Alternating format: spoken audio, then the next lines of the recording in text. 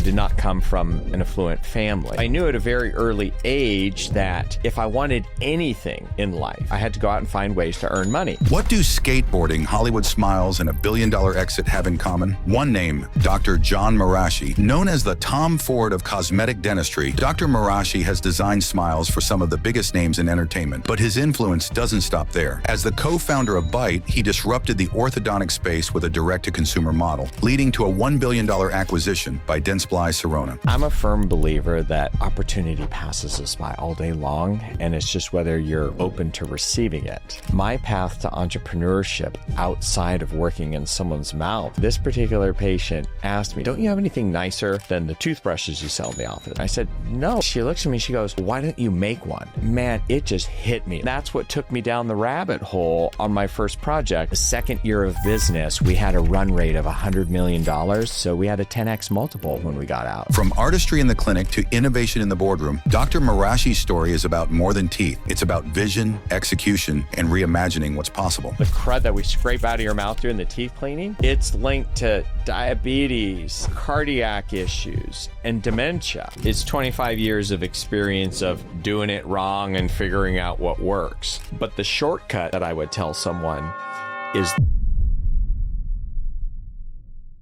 Welcome to Success Story. I'm your host, Scott Clary. The Success Story podcast is part of the HubSpot podcast network. Now, HubSpot doesn't just have great podcasts. They also have great tools for entrepreneurs. Let me tell you a story. I'm sure you've all heard of the Angel City Football Club. Well, you don't just become the world's most valuable women's sports franchise by accident. Angel City Football Club did it, the little help from HubSpot. When they started, data was housed across multiple systems, and HubSpot unified their website, their email marketing, and fan experience in one platform. This allowed their small team of 3 to build an entire website in just 3 days. The result were nearly 350 new fan signups a week and a 300% database growth in just 2 years. Sure, you can be a great team in the arena, but if you truly want to build a legacy, a franchise, and a dynasty, you have to build a community outside of the arena. And HubSpot helped Angel City Football Club do just that. If you want to learn about how HubSpot can help your business, visit HubSpot.com. There's some other great case studies, and you'll learn how HubSpot can help your business grow better. And one quick ask. Before we dive into today's episode, I need your help with something important. I've just launched a quick survey to better understand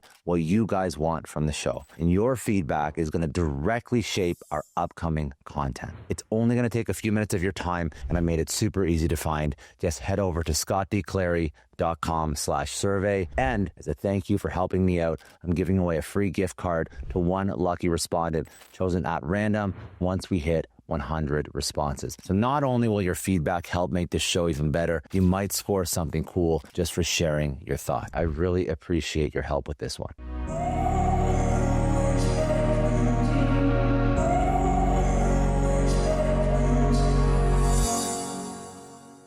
Dr. Marashi, I'm excited you're here.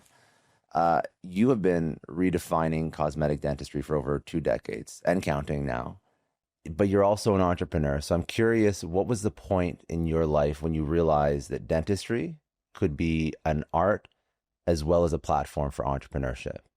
It's a great question, and thanks for having me here today. And it's really one of my favorite stories to tell. You know, I'm a firm believer that opportunity passes us by all day long, and it's just whether you're open to receiving it. And my path to entrepreneurship outside of working in someone's mouth was just purely happenstance. And what happened was I was in my practice doing a checkup on someone who just finished a teeth cleaning. And this particular patient asked me, she said, don't you have anything nicer than the toothbrushes you sell in the office? And at that time, my practice, just like everyone else's, either had a Sonicare or an Oral-B. Yeah. And they're great toothbrushes. And I was like, well, what do you mean? She's like, well, I don't like it. I said, well, what is it that you don't like about it? And she said, well, it's just a cheap white piece of plastic. Isn't there anything nicer? I said, well, no, I mean, this is the best that there is. And she looks at me, she goes, well, why don't you make one? And man, it just hit me like a sack of bricks in the head. And it would have been very easy just to, kind of, and check her teeth and go on. But the rest of the day, I was still thinking about it. And I'm like, why don't I make one? I wonder if I could. And so when I finished work that day, I sat down on my computer, opened up a Google browser and said, my first search was this: how to manufacture a sonic toothbrush. And the day and age that we live in is insane because you can get so much information that you never had access to before. And the stuff that came up was just unbelievable. And that's what took me down the rabbit hole on my first project, which was an oral health care company called Marashi Oral Health. I wanted to build a luxury sonic toothbrush. And this project, it took me a while. It took me from start to finish, it took me 2 years to get to market. And it was full of, setbacks and failures and challenges. Think about this. So at that point in my career, I know teeth. That's it. I know how to, work on teeth, make teeth healthy, make smiles look beautiful. Do you think that my dental school training taught me anything about supply chain, packaging, shipping, material, safety compliance testing, UL? Do you know how many Pantones of rose gold there are? It's mind-blowing. And so, you get sucked down this rabbit hole, and then there's the time commitment too, right? I have a full-time job already. So I'm working on this, late at night and in the mornings, on the weekends. And then you're spending a lot of money doing it too, right? And, I bootstrapped this one myself, and, every month that you're spending thousands and thousands of dollars developing this thing, and then you're getting back product that's junk and it doesn't work, and you're, giving it out for free because you want to get feedback from people. And finally you get to something where you're like, oh, wow, I'm proud of this. Let's get it to market and see what happens. So, the process was an incredible amount of brain damage. But what it did for me is I built this muscle that I didn't even know that I had. And it was only through trial and error. And when it finally launched, I had some good fortune on my side, and Vogue magazine did a story on it in one of their issues, and it was about a half page or so, and it highlighted the toothbrush and my dental practice and affiliation with celebrity. And so it was a really amazing learning experience, It's interesting. I think that, when you talk about entrepreneurship, they always say there's a 95% failure rate. Yeah.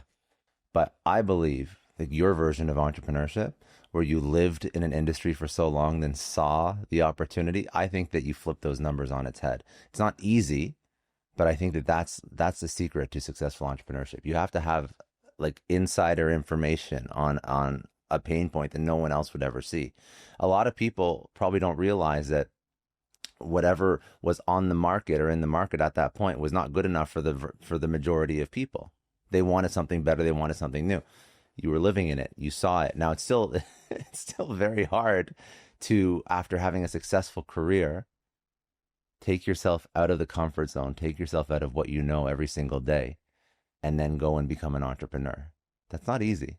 That's not easy at all. But you, in that position, had the best possible chance of success because you lived in it and you understood the industry better than anyone else. So I just find it interesting that people think about entrepreneurship in terms of drop out of Stanford, go build the next Facebook or Amazon or Netflix or Google, when people that were in your position, they could have been successful entrepreneurs, but they're high earning.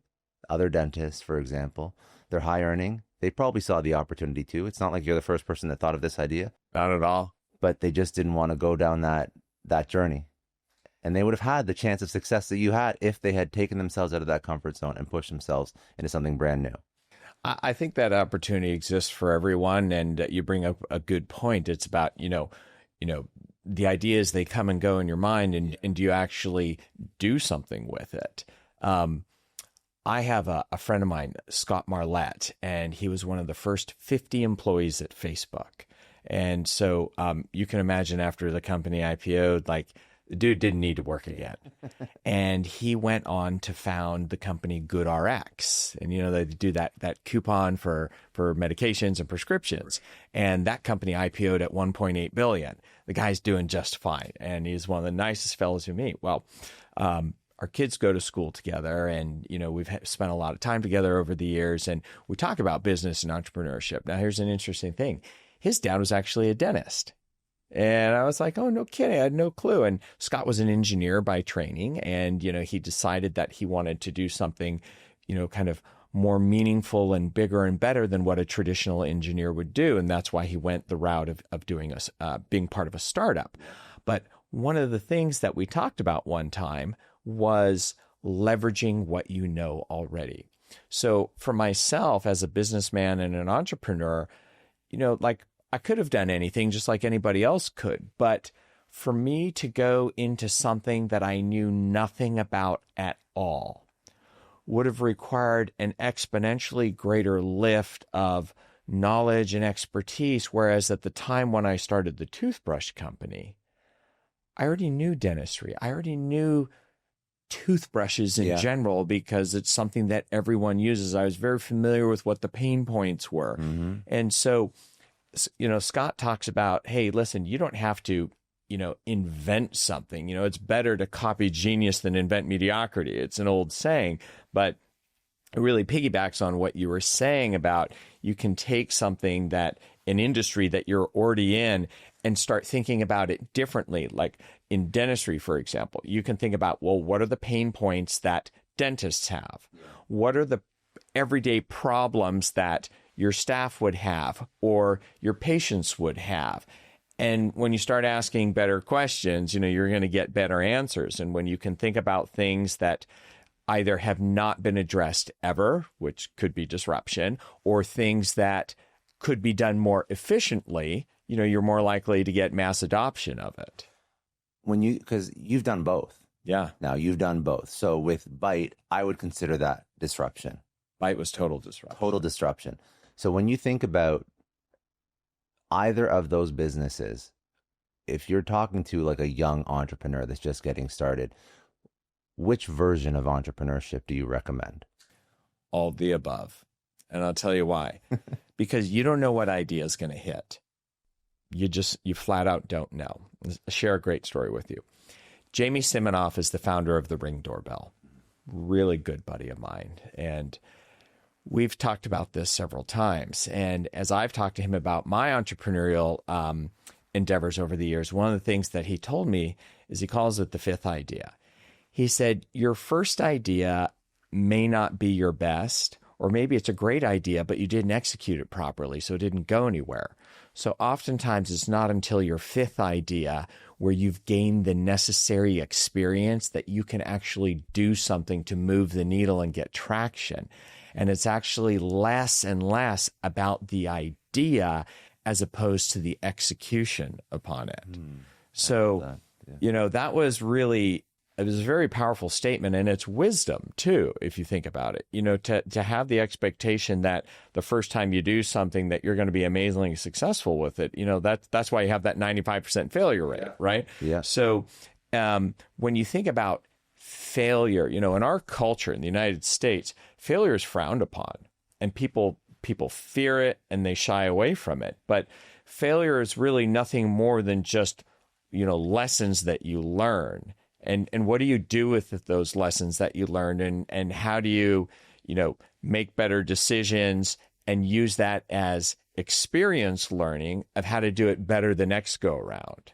So, I think as a culture, if we embraced it as thinking like, oh, I messed this up, I failed, I'm no good, as opposed to, okay, I'm just getting my reps in and developing and building myself and my abilities and my knowledge base and my experience, I think people would probably have a higher threshold or higher tolerance for doing entrepreneurial endeavors. And I wish more people thought about it like that. I think that it's very hard, especially if you don't have the influence around you, the positive influence around you that's saying things like you're saying, to persevere for an extended period of time or through the first 4 failures to get to the 5th. I think more often than not, especially because failure is frowned upon. I mean, it's in our circles, we hear these sayings and these like entrepreneurialisms all the time, right? Like failure is lesson, you have to fail. Like these are things that we embrace because we've lived through them multiple times, so we know they're true. But if you've never built anything before, it's very hard to understand that idea because failure feels like shit. Failure feels horrible. And I'm curious even leaning back to going back to your own story,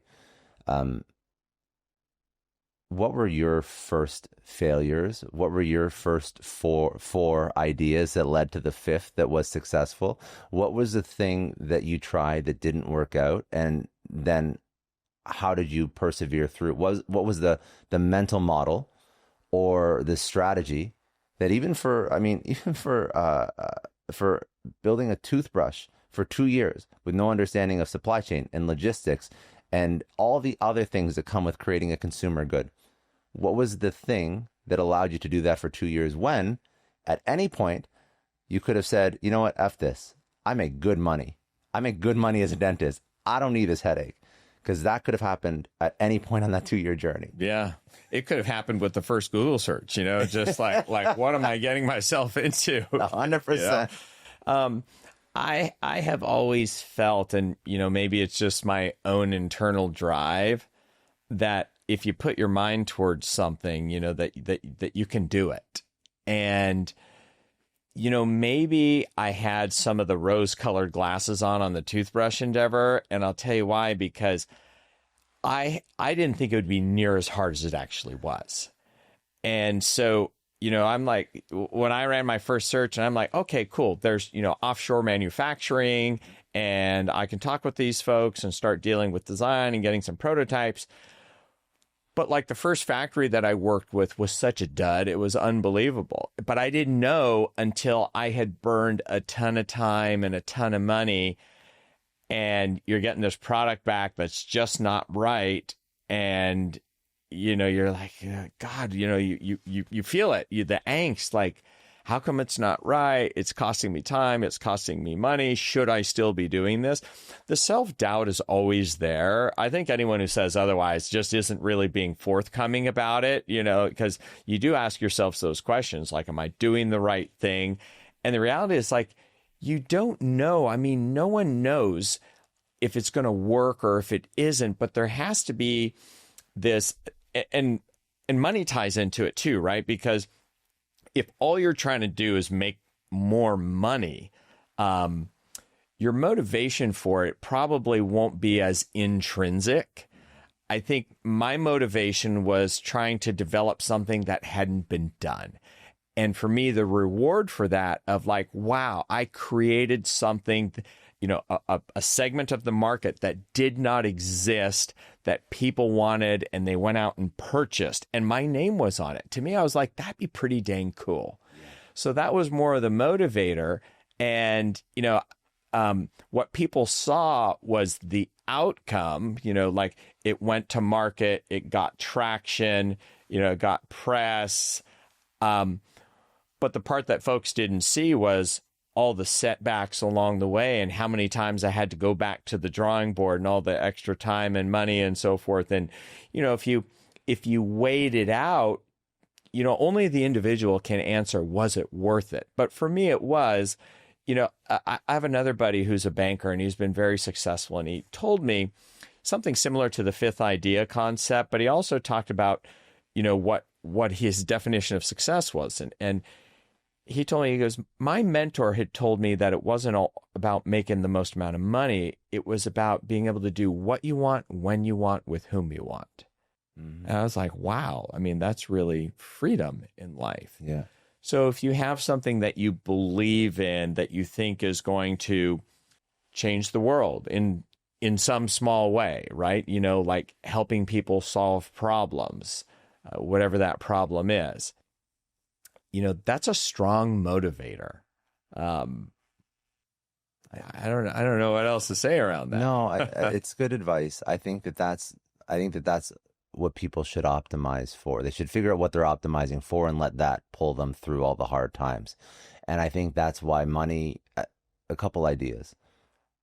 Money can never be the motivator. And I also hate the word motivation, because motivation, the second something gets hard, it's out the window. Like, it's gone, right? It's gone immediately. And if you're only pursuing it for money or some first initial fire or motivation, when the hard times happen, which they inevitably will, you'll give up, you'll move on to something else, and the sad thing is, I mean, all these cliches are so true. Like all the success is on the other side of that pain and that anxiety and that stress that you will inevitably endure on this entrepreneurial journey. But the other side is worth it, because then you do get true freedom and true fulfillment once you figure out how to get through all those hard times. Well, the failure too, on top of it, are the things that build your resiliency and better prepare you for, what the next project is going to be. True. Marashi Oral Health was a precursor to my larger success in life, which was the company Byte. And for those of you listening, Byte was a direct-to-consumer clear aligner company. So imagine if you could go and get Invisalign done, but you didn't have to walk into the dentist's office to do it. And I'll share with you how that became about, because it's a very interesting story. So, the elephant in the room when it comes to dentistry is two things. One, I don't care where in the world you are, it's expensive. No one wants to talk about that, especially the dentist, but it is. And I always thought access to care was an issue too. And what I mean by that is not that there isn't a dentist, within a certain radius of you. But if you stop and think about it, for you to go to the dentist at an 11:30 a.m. appointment on a Tuesday, well, you got to actually carve out a pretty good chunk of your life to do that. Half your because, day. yeah, exactly. You got to commute, you got to do the appointment, then you got to go back to where you were. And not only did you have to spend money to, at the dentist's office, but you also lost money because you weren't working during that time. I mean, like you think about the value proposition of that, and at least thank good you're getting good oral health out of it. Yeah. But there is an opportunity cost, is my point. So I started thinking about okay, I've been very blessed in my career that I got to become Dr. Fancy Pants and take care of all these fun Hollywood people. But what about everybody else? And so the driving question was, could there be a quality product or service that could be delivered at scale where it eliminated the high cost and it created a better accessible model to it? Yeah. And that's how Byte came about. Clear aligners was not new in dentistry. It had already been around for a while. But what I was able to do with this company, and I always like to give credit to where it's due, because I had two fantastic partners that I was able to join this team and be on the founding team and help this thing grow. Love you, Blake and Scott. Here's a little shout out. Was that we found a better way of doing it. We built a better mousetrap and a cooler way of doing it. And, timing really factors into it. So this is actually the kind of the crux of the story here. So it was, we launched in 2018, and it took us a year of development to actually get to market. And we started getting some traction.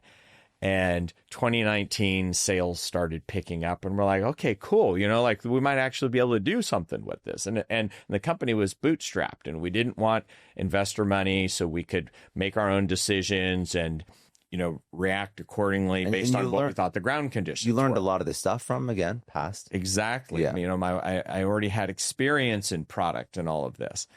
But imagine this, rewind the clock to March of 2020. What happened? COVID, right? Exactly. Okay. So my dental practice, I had to close my doors. Yeah. And as did a lot of folks. And we thought the world was over, right? I mean, nobody knew. There was so much uncertainty. Now, picture this. We're having a conversation right now, me and you. I couldn't tell you to save my life if I had a piece of breakfast burrito between my two front teeth. Why? Because I can't see myself. Yeah. But during COVID, outside, wherever you lived or your COVID bubble that you participated in, how did you communicate with people? Zoom. Exactly. Zoom, FaceTime. Yeah. So now we're spending hours a day on the screen, and guess what? Everyone was looking at their face. Yeah. And the number one thing people notice in conversation is actually the mouth. Why? Because it moves the most. So the eyes get drawn there. So mouth and teeth, your smile is number one. Eyes are number two, hair's number three. And there's been numerous studies that have come to the same conclusion. So now all of a sudden, you got the whole world on Zoom, FaceTime, etc., and they're going, oh my God, I didn't realize how bad my teeth are. And we're all our own worst critics, when it comes to self. But here's the problem. Guess what? Jon Marashi's dental office is closed.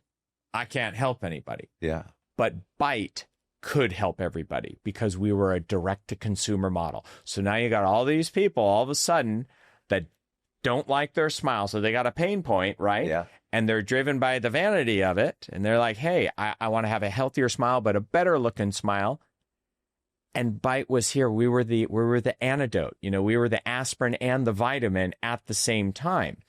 And because the business, you know, we thought Byte was going to go under, but the exact opposite happened. That all of a sudden this demand was insatiable. Why did you think that before COVID? No, when COVID hit is when we thought. We were like, all right, we're screwed now. Like all this hard work was for nothing, you know, because no one's going to spend money and everyone's going to be, you know, like just like everyone else thought. But the exact opposite happened. And, you know, we couldn't have forecasted that. You know, that was a total stroke of luck that all of a sudden demand skyrocketed. And, you know, there were not enough hours in the day, you know, to meet demand. It was absolutely insane, but we were in position. And the company had been structured, you know, through the skill and expertise of my partners that, you know, the supply chain had already been worked out. And, you know, we were running lean and mean. So, you know, we weren't like a bloated pig with overhead. And, you know, because otherwise you're just growing a brain hemorrhage at that point. So, you know, we were in position to really let this thing run. When you bring up and you think of an idea and you create a company like Byte, how do you balance? So how would you balance sort of the same in-office experience with innovation? Because innovation is moving fast. And I think that the reason why it wasn't done at that point was because it was hard to correct someone's smile direct to consumer. So when you think about how do you create the best product that can still serve the customer in the same way and replicate the in-office experience while being direct to consumer, what are the things that you have to think of? Like how much innovation has to be done to do it properly? Technology was the driver on this. It couldn't have been done in the past because the technology didn't exist for it. Yes, okay. So having the technology available, it was basically just a jigsaw puzzle first at that point and say, okay, if we want to do our business model like this, how do we use the available technology that we can do it efficiently and cost effectively? So, you know, before, I want you to think of it like this, like if you wanted to get a clear aligner, like an Invisalign tray, you had to go to a brick and mortar office and there had to be a dentist or a dental professional, them taking the mold of your teeth, right? Yeah. And then every time that you needed a new tray, you'd go back in and then they would remold you.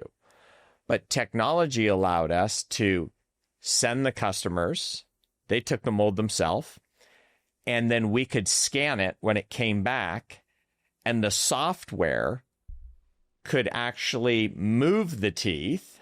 So you only needed that first mold. It would show the progression. Exactly. It was like a virtual time lapse of the teeth movement, and then 3D print each sequential movement of tooth and build trays and aligners based on that to get someone to the finish line.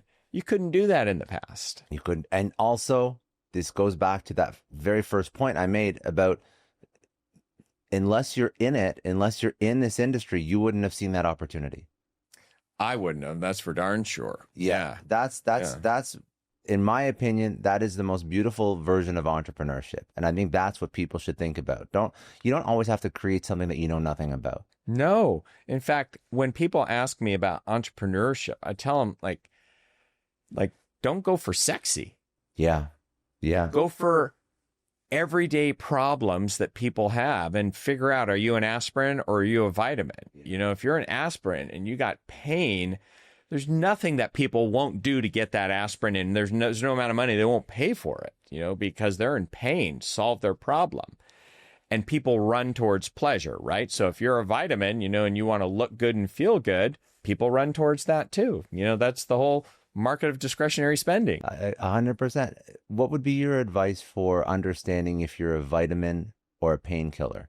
Understanding one versus the other. Well, I think it's just the you know, it's going to be the market, you know, that you're in, like what market sector are you in and what is it that you're addressing? You know, are you like with the toothbrush, was that more of a vitamin than a total vitamin? You know why?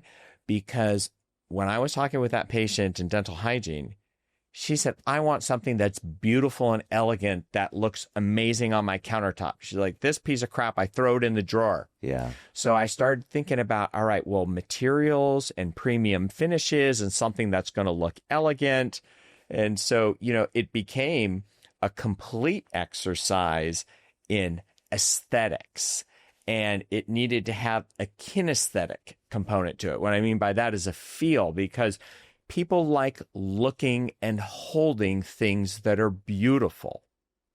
So I realized I had to go through all different kinds of, and I used aircraft grade aluminum that was anodized, but once again, several different grades and thicknesses and finishes. And sometimes you just don't know until you've looked at it and held it and given it to enough people to get some feedback on it. Yeah. I love how you have mapped out like the vitamin and the way to bring a vitamin product to market. Very different. I think a lot more difficult because again, it's not a painkiller. It's not something that people are horrified over every time they look at themselves in Zoom. It's a nice to have, not a need to have.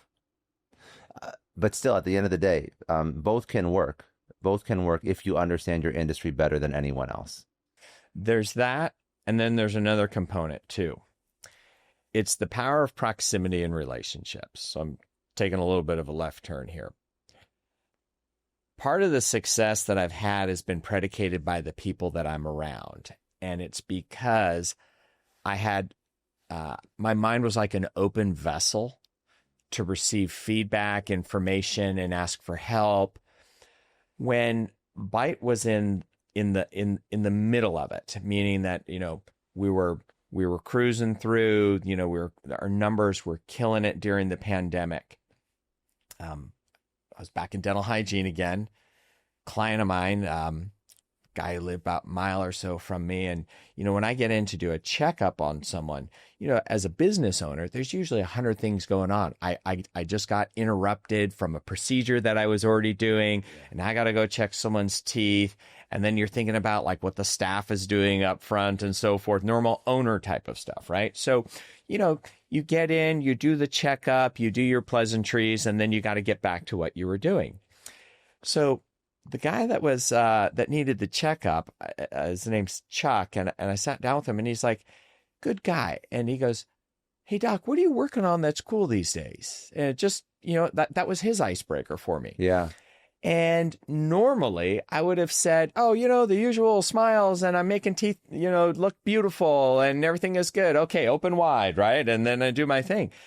And something, and I don't know what it was, because I was in the middle of a procedure in another room, it made me slow down. And I said, what? I'm working on this cool project. And I started telling him about Byte. Now, Chuck Adams at the time was a healthcare banker for Goldman Sachs. And he goes, what's your exit? And so I talked to him about, where we're headed with the company. He goes, are you guys ready to sell? And I said, well, if the number's right, of course, that's every entrepreneur's dream. He goes, I might be able to help with this. I said, really? So, well, you know what? Let me connect you with my partners because they're more on that side of the business and see where it goes. So this was maybe mid to late October 2020. December 31st, 2020. Fast forward, was that 45 days or wait, no, 2.5 months later? Yeah. Month and a half later. Last day of probably, the shittiest year that everyone had, right? The deal closed and Chuck connected us, the sellers, to our buyer, which was Dentsply Sirona. And at the time, they were the juggernaut of the dental industry, $12 billion market cap. And they purchased our company for $1 billion in cash. So you talk about the power of relationships and proximity. I built this one company because someone in my teeth clinic said you should build better, but make something nicer. And the thing with Byte is that, our exit was predicated on a chat that I had with some guy while he was getting his teeth cleaned. And I could have just blown right past it, thought nothing of it. So I don't think my story is unique in terms of having these opportunities, I think just most people are blind to them. And I don't mean that in a derogatory way. I mean, people are not being receptive to what's going on around them and being open to what possibilities could be. Yeah, I mean, how nuts is that? That's incredible. You know, because we were shopping the company at the time, but this ended up being the one that got the deal done, and for an insane number. So That was quick. yeah. That was quick to $1 billion. Mm-hmm.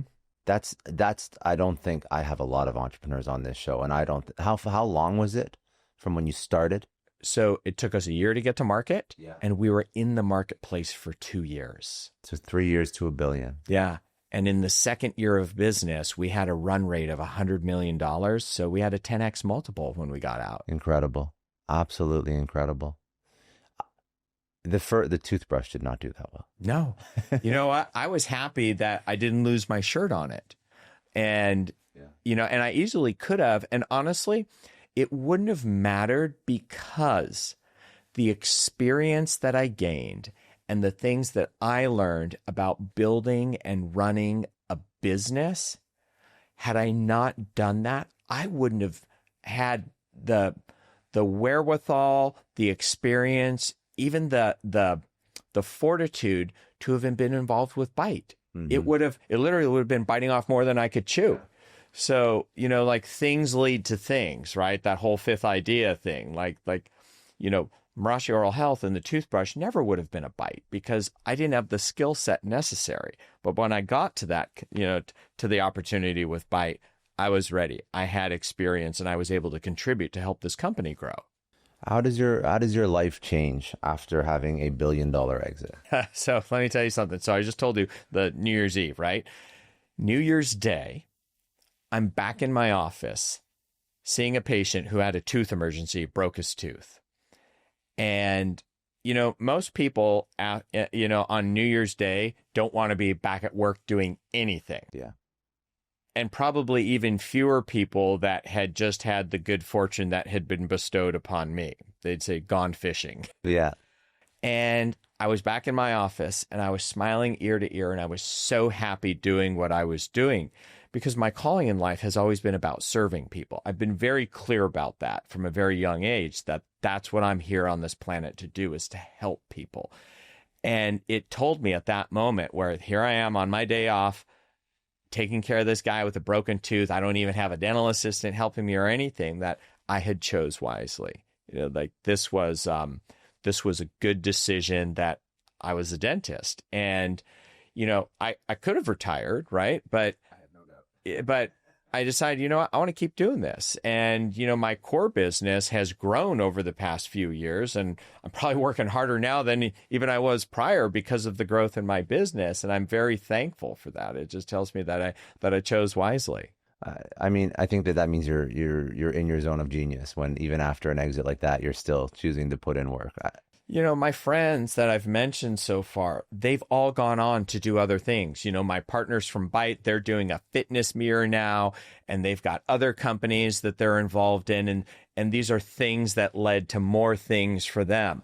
You know, my good friend Bastian Lehman, he founded Postmates, and he's already on another company. And so, you know, I think what it is with the entrepreneurial spirit is that there really is no destination because, you know, for them, for me, money wasn't the driver. It was just doing cool things and trying things and working hard. And, you know, I'm 51 years old now, and the idea of sitting around and doing nothing is actually pretty scary. What am I going to do? Just sit around and do nothing? And maybe when you're busy and stressed, it sounds nice, but that's what vacations are for, Exactly. you know, and then you recharge and you want to get back to work and do things. I don't even see a world where I'm not doing something. I mean, there's going to come a time where my eyes are no good and my hands aren't as nimble and I won't be in someone's mouth. But that doesn't mean that there aren't other cool things to work on and to challenge myself with. No, I was just going to say this is such a common theme with entrepreneurs that I speak with. It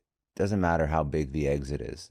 They're always moving on to the next thing. Some of them do take more than 24 hours off. Yeah. after they have an exit, but a lot of them they get anxious because it's just a personality type.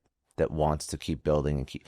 Where did that, for you, where did that come from? Was that something that was bestowed upon you by your parents? Did you have an entrepreneurial upbringing? Is entrepreneurship something that you learn over time, or is it something that you're born with? What are your thoughts? I think it's a combination of several factors. I think some people are wired for it. Some people have an appetite for it. There's others that don't, and no judgment. That's just people. There's just different personality types. How I grew up and how I was raised. I did not come from an affluent family. It was probably a lower middle class family. My folks worked as hard as they could to do what they were able to do. I never didn't have food, so it's like, I'm not painting this picture of extreme poverty, but I also, but I wasn't the kid with the fancy bicycle either. And so I knew at a very early age that if I wanted anything in life, like when I wanted toys, in fact, when I wanted my bicycle, we didn't have discretionary income for that. So I had to go out and find ways to earn money. And so I was always hustling since I was a kid, and there's limited ways to make money as an 8-year-old, but I figure out, what, I got 2 hands and a strong back. So I could shovel sidewalks in the winter, and I was able to mow lawns and, weeding and a paper route and things like that. So I started very early, like I was always working and doing something. And the first time I was able to get a job as a busboy, and so that's kind of where, from an earlier age, I think some of the hustle came from. Is just like, okay, you want something, you have to work for it. That's how life is. And I'd always lived my life that way. I don't think I was the smartest kid. I mean, I liked school. It's probably debatable if I'm the best dentist on the planet. I mean, my mom thinks I'm pretty good. Maybe that counts for something. It counts for a lot. Moms are important. But what I was not afraid to do was to roll up my sleeves and do the work. I knew if I was willing to work hard, probably something was going to turn out right. Lingoda is a partner of Success Story. Look, I'll be real with you. My French used to be solid. I learned it in school. I even had decent pronunciation. But when I booked a trip to France last year, it was a total blank. I could barely order a croissant without sounding like a tourist. So I jumped into the Lingoda Sprint Challenge. And man, it changed everything. I'd take live classes late at night after podcasting, only 5 students max, real teachers, real conversations. And in just 2 months, I went from bonjour to holding full conversations at a Paris cafe. Confidence unlocked. Now here's the play. 30 or 60 classes in 60 days. And if you finish them all, you get 50% cash back. That's basically €4 or $5 per class. That's insane value. Go to try.lingoda.com/success_sprint and then use my code SCOTTSPRINT for an extra €20 off on top of their current deal. Registration closes May 5th. Classes start May 12th. Let's get fluent. FreshBooks is supporting today's episode. And if you've ever wondered how successful entrepreneurs stay on top of their finances while growing their business, the answer is FreshBooks. The numbers don't lie. Over 30 million people have chosen FreshBooks, processing more than 60 billion in invoices and saving an incredible 192 hours every year on accounting tasks. Think about it. That's nearly 8 full days you could get back to focus on what really matters: growing your business. FreshBooks is more than just accounting software. It's your all-in-one financial command center. Create professional estimates, track time, automatically bill clients, and capture expenses on the go. Plus, it integrates seamlessly with over 100 business tools you already use, all backed by award-winning customer service. If you're ready to stop drowning in receipts and you're ready to stop chasing down payments, here's what I want you to do. Head over to freshbooks.com to start your 30-day free trial, no credit card required. And for all you Success Story listeners out there, I've got something special. Get an exclusive 60% off for 6 months when you visit freshbooks.com/pricing-offer. Transform your business with FreshBooks today. That's freshbooks.com/pricing-offer for 60% off. Today's episode is brought to you by Vanta. Now, listen up. This matters for your business. In today's digital landscape, security isn't optional, it's essential. Without it, deals stall, sales cycles stretch on, and scaling becomes very difficult. Now, why? Because investors, customers, and partners all expect businesses to demonstrate strong security practices before they commit. If you can't prove trust, you lose opportunities. So whether you're a startup founder trying to land that first big client or an established company scaling your security program, Vanta helps businesses of all sizes prove that they're trustworthy by automating compliance across 35 frameworks like SOC 2, ISO 27001, and HIPAA, the exact certifications your prospects are demanding. Here's why you need to pay attention. Vanta gives you back precious time that you're currently wasting on compliance. Their platform automates up to 90% of the tedious compliance work. It helps you respond to those endless security questionnaires up to 5 times faster, and it connects you with experts to get your security program running immediately. The results speak for themselves. A recent IDC report found that Vanta customers achieve over $535,000 per year in benefits, and the platform pays for itself in just 3 months. So you're going to join over 10,000 global companies like Atlassian, Cora, and Factory who use Vanta to manage risk and prove security in real time. And don't miss this. For a limited time only, my listeners can get $1,000 off Vanta. That's real money back in your pocket. Visit vanta.com/Scott right now before this offer expires. That is VANTA.com/Scott. I think that's probably the best attitude. I am a firm believer that if you put enough time into something, you do figure it out. Some things will come easier than others, but put 10 plus years of your life into something and you'll find a way to be semi-good at it at the bare minimum. What was just sort of going into sort of your thought process about how you navigate life? I understand where the entrepreneurship side of you came from, and I understand the opportunities you sort of pursued in entrepreneurship when you're building these businesses. Where did the passion for cosmetic dentistry come from? It's a very unique niche. You know, when I started noticing girls in 7th grade, for some weird reason, the ones that I gravitated towards were the girls with braces. And, you know, I didn't have braces. We didn't have money for braces. So for me, that was something aspirational. But I also saw it as like, boy, they're going to have this incredible smile and those things come off. I know it's kind of weird for a kid that young. So well, that's the way you thought. Yeah. And as a kid, there were only 2 things I wanted to do in my entire life. It was going to be a dentist or a professional skateboarder. That's it. Those are the only 2 things I was interested in. Seeing you skateboard on YouTube. So, you know, I'm still doing it. I've been skateboarding for 39 years. I never stopped. And so it's my passion in life. And, you know, the way the cards fell, probably for the better, you know, being amateur skateboarder and professional dentist. But cosmetic dentistry when I was a kid wasn't a thing.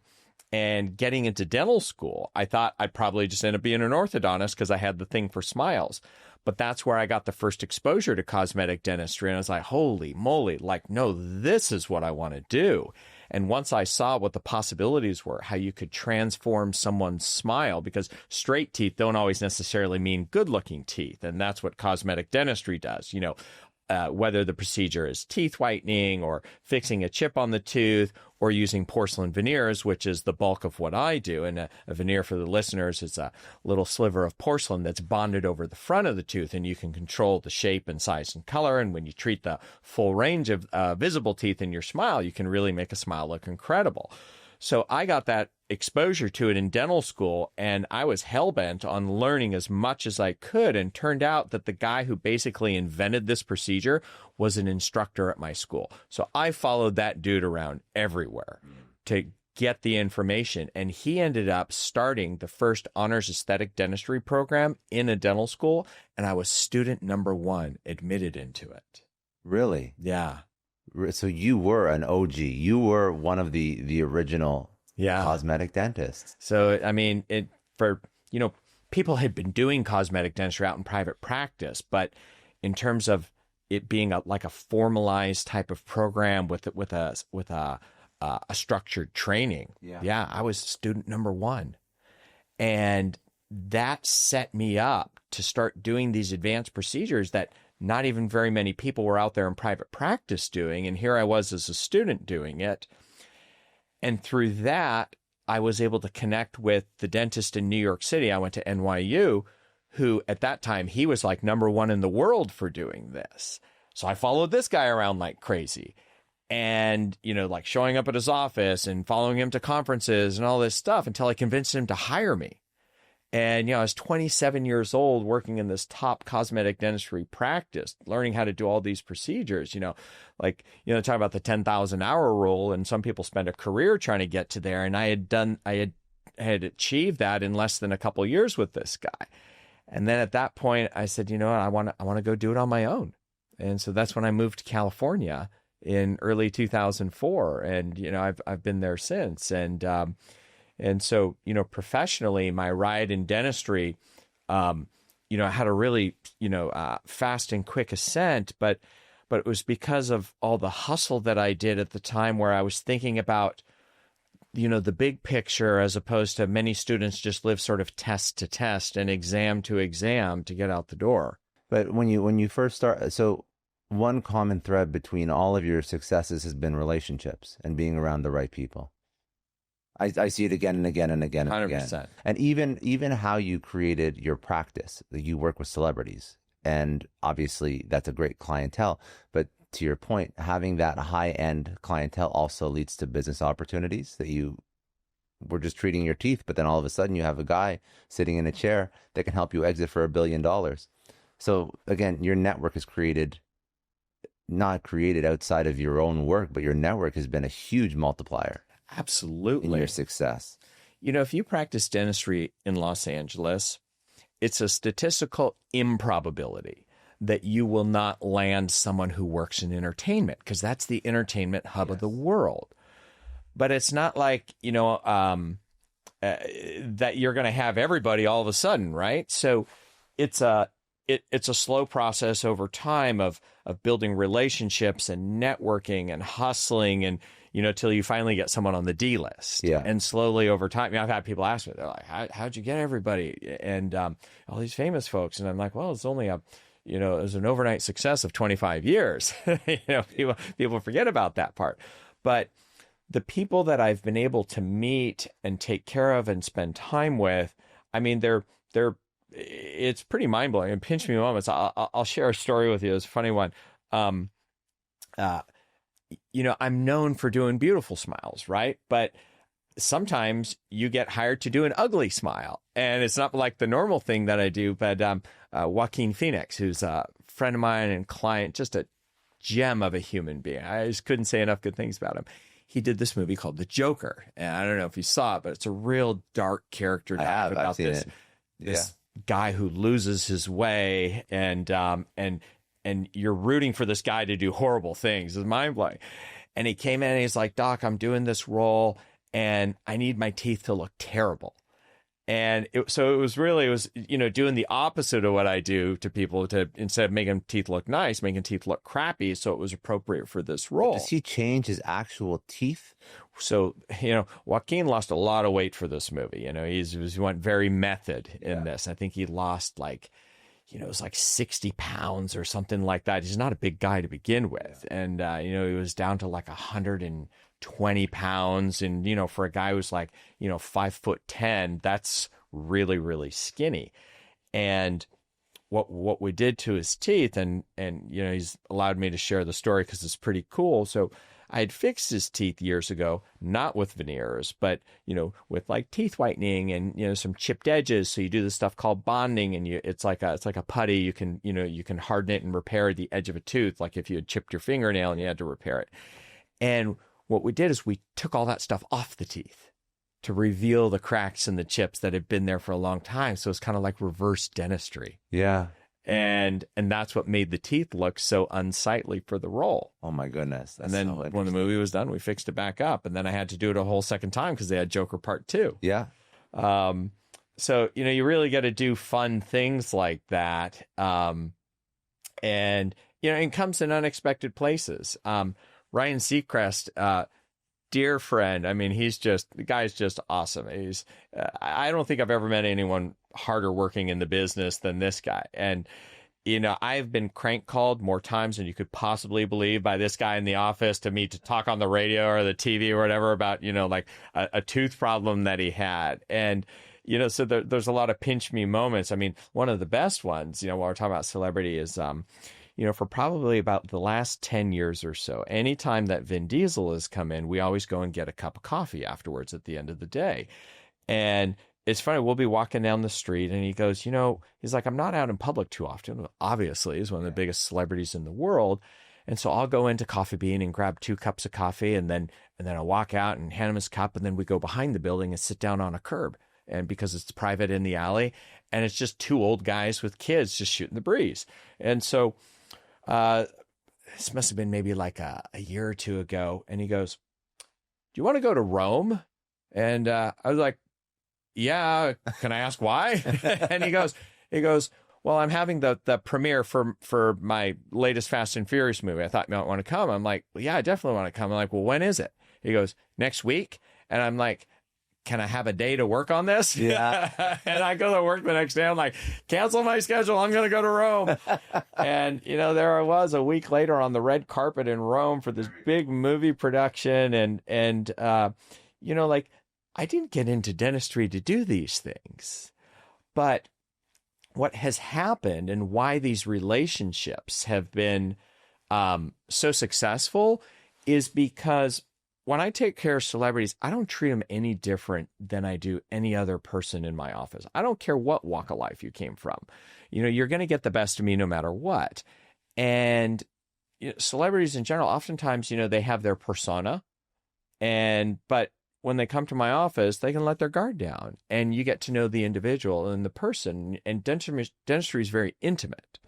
So you develop friendships with folks. And I really do count my blessings that I have been so fortunate to do and experience so many cool things. Like, who would have thought, like, as a dentist, that you get to do things like that? No, but it's just a lot of fun. And I do agree. I mean, I think that forget the average person is not going to be running into celebrities every single day, but like, just think about, I'm thinking about an entrepreneur that is listening to this, that is speaking with some big business exited entrepreneur.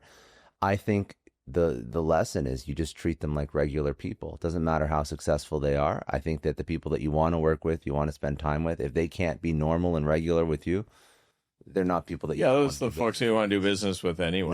No, if people have egos, and so I have a podcast. I interview people that have had wild success.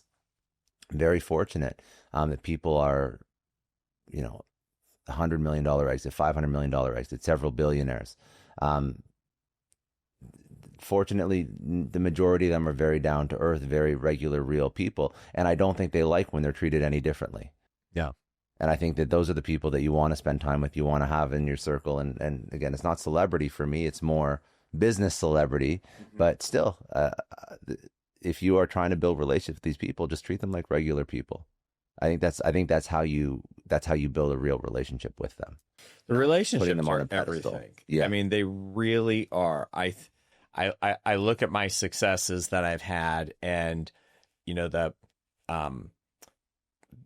being able to build and cultivate meaningful relationships has absolutely been part of the success formula. Yeah, I think that just because of the people that you surround yourself with, like you said, that has led to all the success in business and life and everything. Did you ever hear that saying, like, it's better to be the dumbest person in the room? 1,000%. Yeah. And listen, to this day, I still try to be the dumbest person in the room because I actually have a chance at learning something. When you think about the work that you do, I'm sure you see a lot of bad work, because I see a lot of veneers that blind me. But if somebody is just looking for your advice on how to craft the perfect smile, per se, what is your advice to them? What should they be thinking about if they want to get some work done? Everyone, when it comes to aesthetics, right, it's subjective in nature. And the niche that I've carved out in cosmetic dentistry has been the quiet luxury of smiles. Yeah. Doing things that are tasteful and look appropriate and not flashy. And some people want that other look, and no judgment. They want those big white choppers. But there's a lot of folks that unfortunately get an unintended result. I think that's what I'm trying to avoid for people. Yeah. So, my advice is, look, if you're out and you're looking to have cosmetic dentistry done, and I can't take care of everyone. There's just one of me. There's a lot of fantastic dentists everywhere. Some of the questions you should be thinking about are, is you're going to interview your dentist, ask them, what do they think? What's their aesthetic? What's their opinion on it? But more importantly, ask them to show you before and after samples of their work, because there's actually smile libraries you can purchase of before and afters. So that's not even their work. Yeah, it just shows examples of what cosmetic dentistry could be. So you want to say, show me examples of your work where the starting point is similar to my condition and the end point is something similar that you think would look good for me. And if someone has done enough of this, they'll have an extensive library to show you like, hey, look, here's what I did for this person. Here's where they started. You can see the similarities, and here's where I was able to get them. And if you see enough of that, you're going to have a good sense of this person's design and abilities and aesthetic and determine if it's right for you. If you keep seeing cases where you're like, I don't like that one, I don't like that one, I don't like that one, and their only answer is, well, we'll make yours different. Well, you might be rolling the dice a little bit. So, just or if you have a friend that, you like their treatment that they receive, then, that might be a good starting point, better than picking a name out of a hat. I see these examples of veneers where they shave the tooth down to nothing. It's not supposed to happen. Can you explain what's happening in those cases versus what it should be? Okay. So let's start with what a veneer should be. A veneer, once again, by definition, is just a covering. That's it. And it goes on the front of the tooth. Now, if you think about it, if your tooth is already in the correct position and you put a covering on it, it's thicker than what it originally was. Correct, You with me? And you can only increase the thickness so much before it doesn't look right. Yeah. So if your tooth was smaller or normal size and you bump the thickness just a smidge, chances are you won't notice, which means when the veneer goes on, you don't need to do any drilling because it's additive in nature. Yeah. Okay.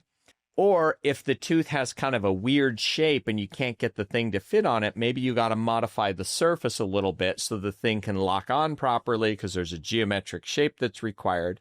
But generally speaking, if that's required, the amount of modification, and when I say modification, this is what the layperson would call like shaving or tooth grinding, is a 0.5 millimeter or less.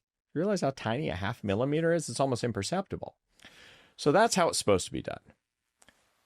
How it ends up being done a lot of the time is by dentists that haven't had appropriate training because there's not a lot of really great training out there. And it's very quick and easy to whack a tooth down because they say, oh, just let the lab guy worry about it. And that's more of like a crown preparation, not a veneer preparation. A crown is where the tooth gets whacked down to like 50% of the size, so they put a covering on it. But the reason why that's being done is because there was some major structural durability issue of the tooth that they had to basically grind away the broken down parts to cover the thing and make it durable again. Yeah. But if your front tooth or your front teeth didn't need that, why on earth would you want them whacked down to nothing? And then you might be working with a dental laboratory where the technician is not as well trained. They don't even know what the client looks like. And on the model, the teeth might look really good, but it's like seeing a dress in a window. And then the woman tries on and said, no, this doesn't fit me very well. So it's rampant in our profession to a fault. And, truth be told, I rarely meet a dentist that purposely is trying to do a crummy job.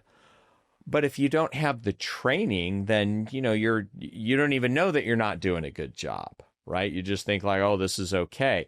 So half of what I do these days is revision dentistry, where someone went somewhere else and they got that unintended result. Now I'm the fix-it guy. You can't, if your teeth are shaved down, you can't fix You're right. that. You can't make the tooth grow back. You're right. That's a one-way street. But what I can do is get rid of the crazy horse teeth, remove them. I have a laser, and the energy from the laser goes through the porcelain and it debonds it and it falls right off. Before they had to drill it off. And in drilling off the porcelain, they drill off more of the tooth unintentionally. And then the shaved down tooth got even smaller. Like, how crazy is that? So I have a laser that can remove these things.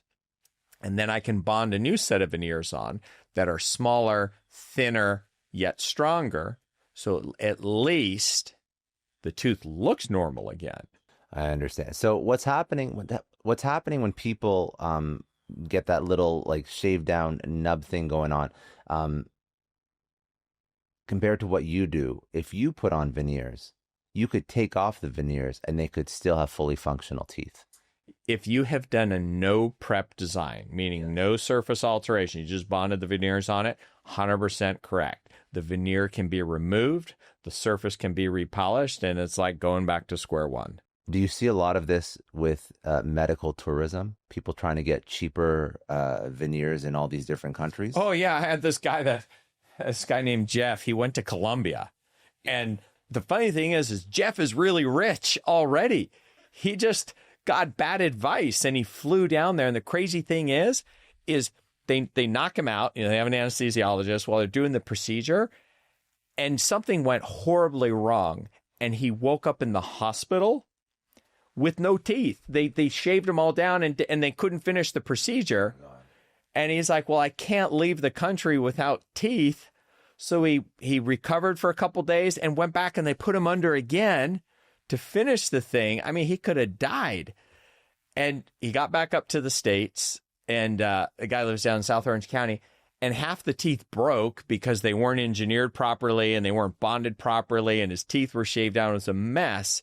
And long story short, he got referred to me, and he's telling me the story, and I'm just like as shocked as you are. I mean, I thought I had heard it all. I was like, oh my God. So, it was a full revision case. I mean, I had to remove all the porcelains and rebuild the Byte and get him the aesthetics, and everything is fine now. But, there's a lot of folks who travel because, once again, the stuff is expensive. And that's not to say that if you go abroad somewhere that just because you practice dentistry in a foreign country that you're a lousy provider. Of course. Yeah. I think what it is, it's a cautionary tale that sometimes you get what you pay for. I think so too. I think that forget teeth, just medical tourism in general is very scary to me. I mean, you see all these horror stories about all these injections and all these plastic surgeries that go horribly wrong.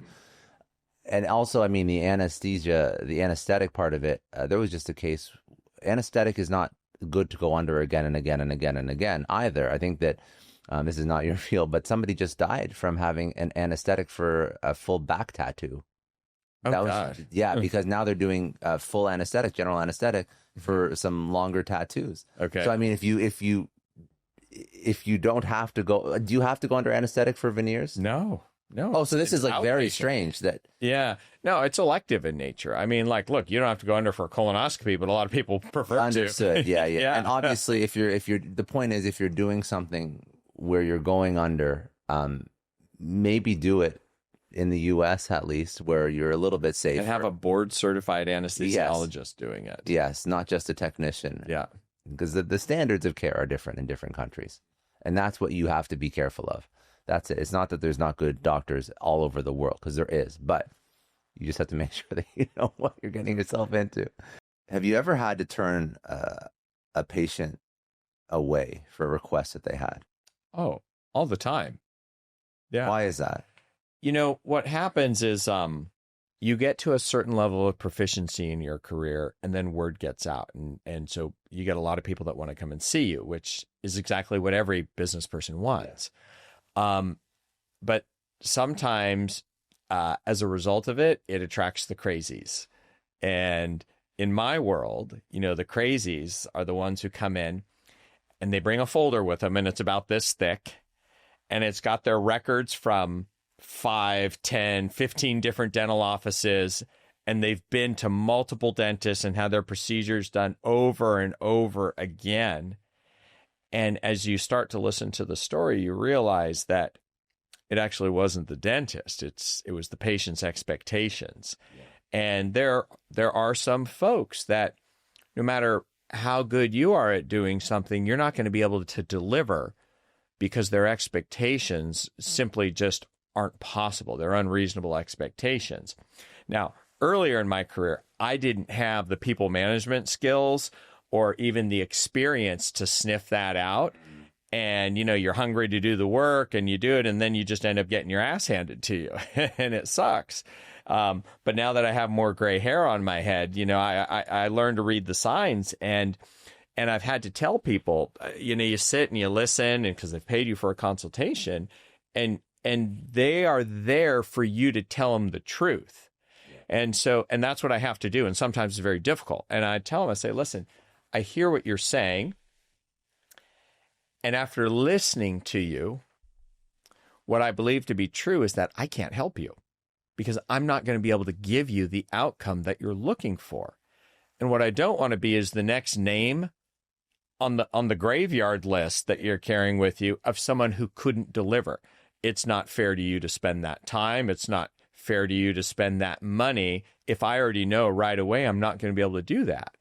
And most of the time when I'm saying that, it's because what they're asking for are like crazy big, thick, white teeth, and that's just not my thing. I don't do that. But it's not like I don't know what else. Do people get like any like jewelry or stuff in their teeth? Or I get those requests once in a blue moon. There's actually some dentists that have built very successful practices. I got a buddy of mine who does like the grills and the diamond stuff in the teeth, and they charge a fortune for it. So, people don't really come to me for that sort of thing. It's more for the veneer thing and, for having a beautiful white smile.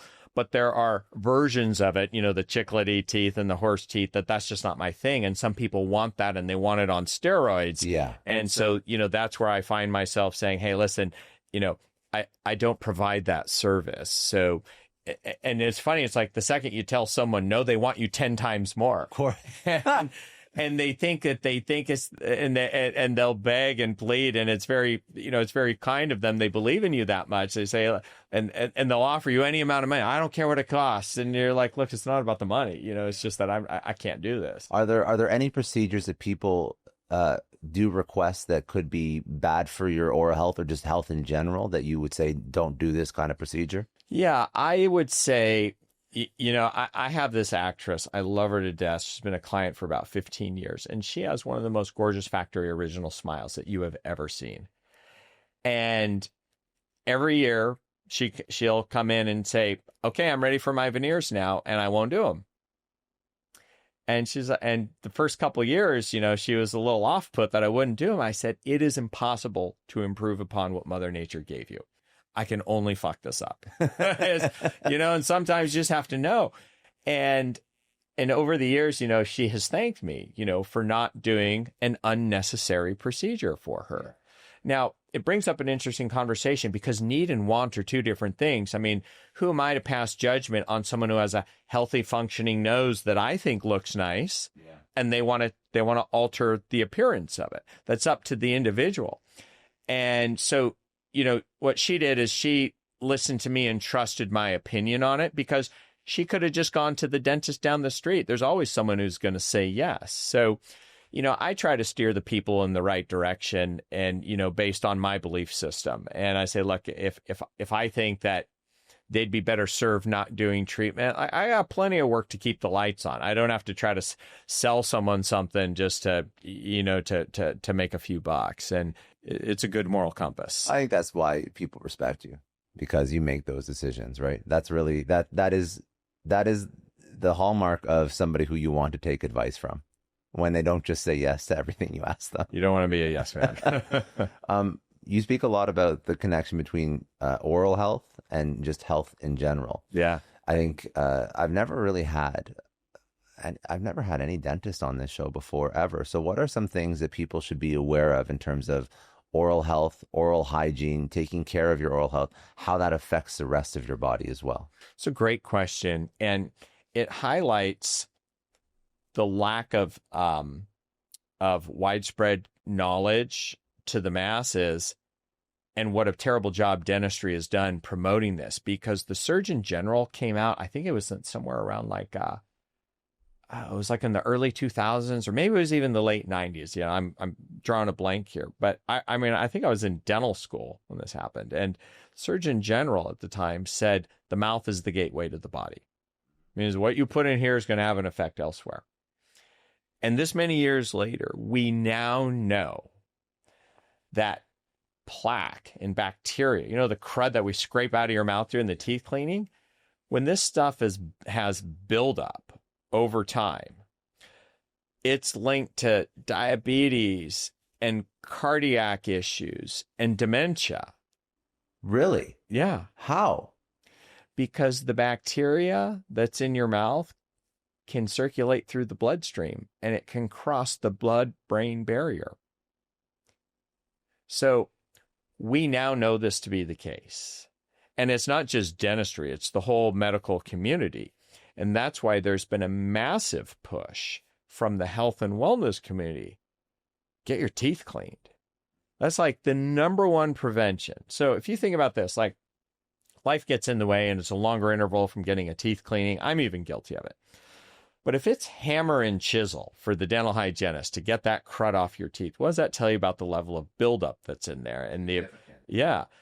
Whereas between your home care and getting periodic teeth cleanings, in my practice, I try to get my patients to come every 3 months for a cleaning. Okay, why is that? If you're coming in and your mouth is in a perpetual state of cleanliness, what do you think the chances of you having those types of problems are? It's full risk mitigation. You know, like you don't get fat from the one potato chip that you ate, right? And you know, you don't get a big bicep from doing a arm curl one time, right? Like there's a consistency and discipline associated with your overall health, and oral hygiene and oral health is related to your overall systemic health. Andrew Huberman, you know, he's got a phenomenal podcast. They did an episode on oral health, and I think it was like almost 3 hours long, and I listened to it, and he met with people way smarter than me, you know, people who have PhD and do research on this. And so for anyone who's listening and wants to get like the real solid info and the deep dive on the science, listen to that. It was a phenomenal resource. You mentioned that people should be coming in once every 3 months. What does the average person do for their oral health? I don't think it's once every. I don't think the dental community has really informed people of what you just told me. No, I've never heard that. Yeah, that's what I'm saying is that our profession has done a lousy job, plain and simple. And, you know, the most that the average person will hear is you should go twice a year. And look, if you can keep your mouth clean enough that when you go twice a year, there's minimal buildup, that's fantastic. It's just not most people. Yeah. And Western diets are just horrific, you know, when it comes to getting buildup on the teeth because of how carb heavy everything is. You know, carbs stick to teeth, plain and simple.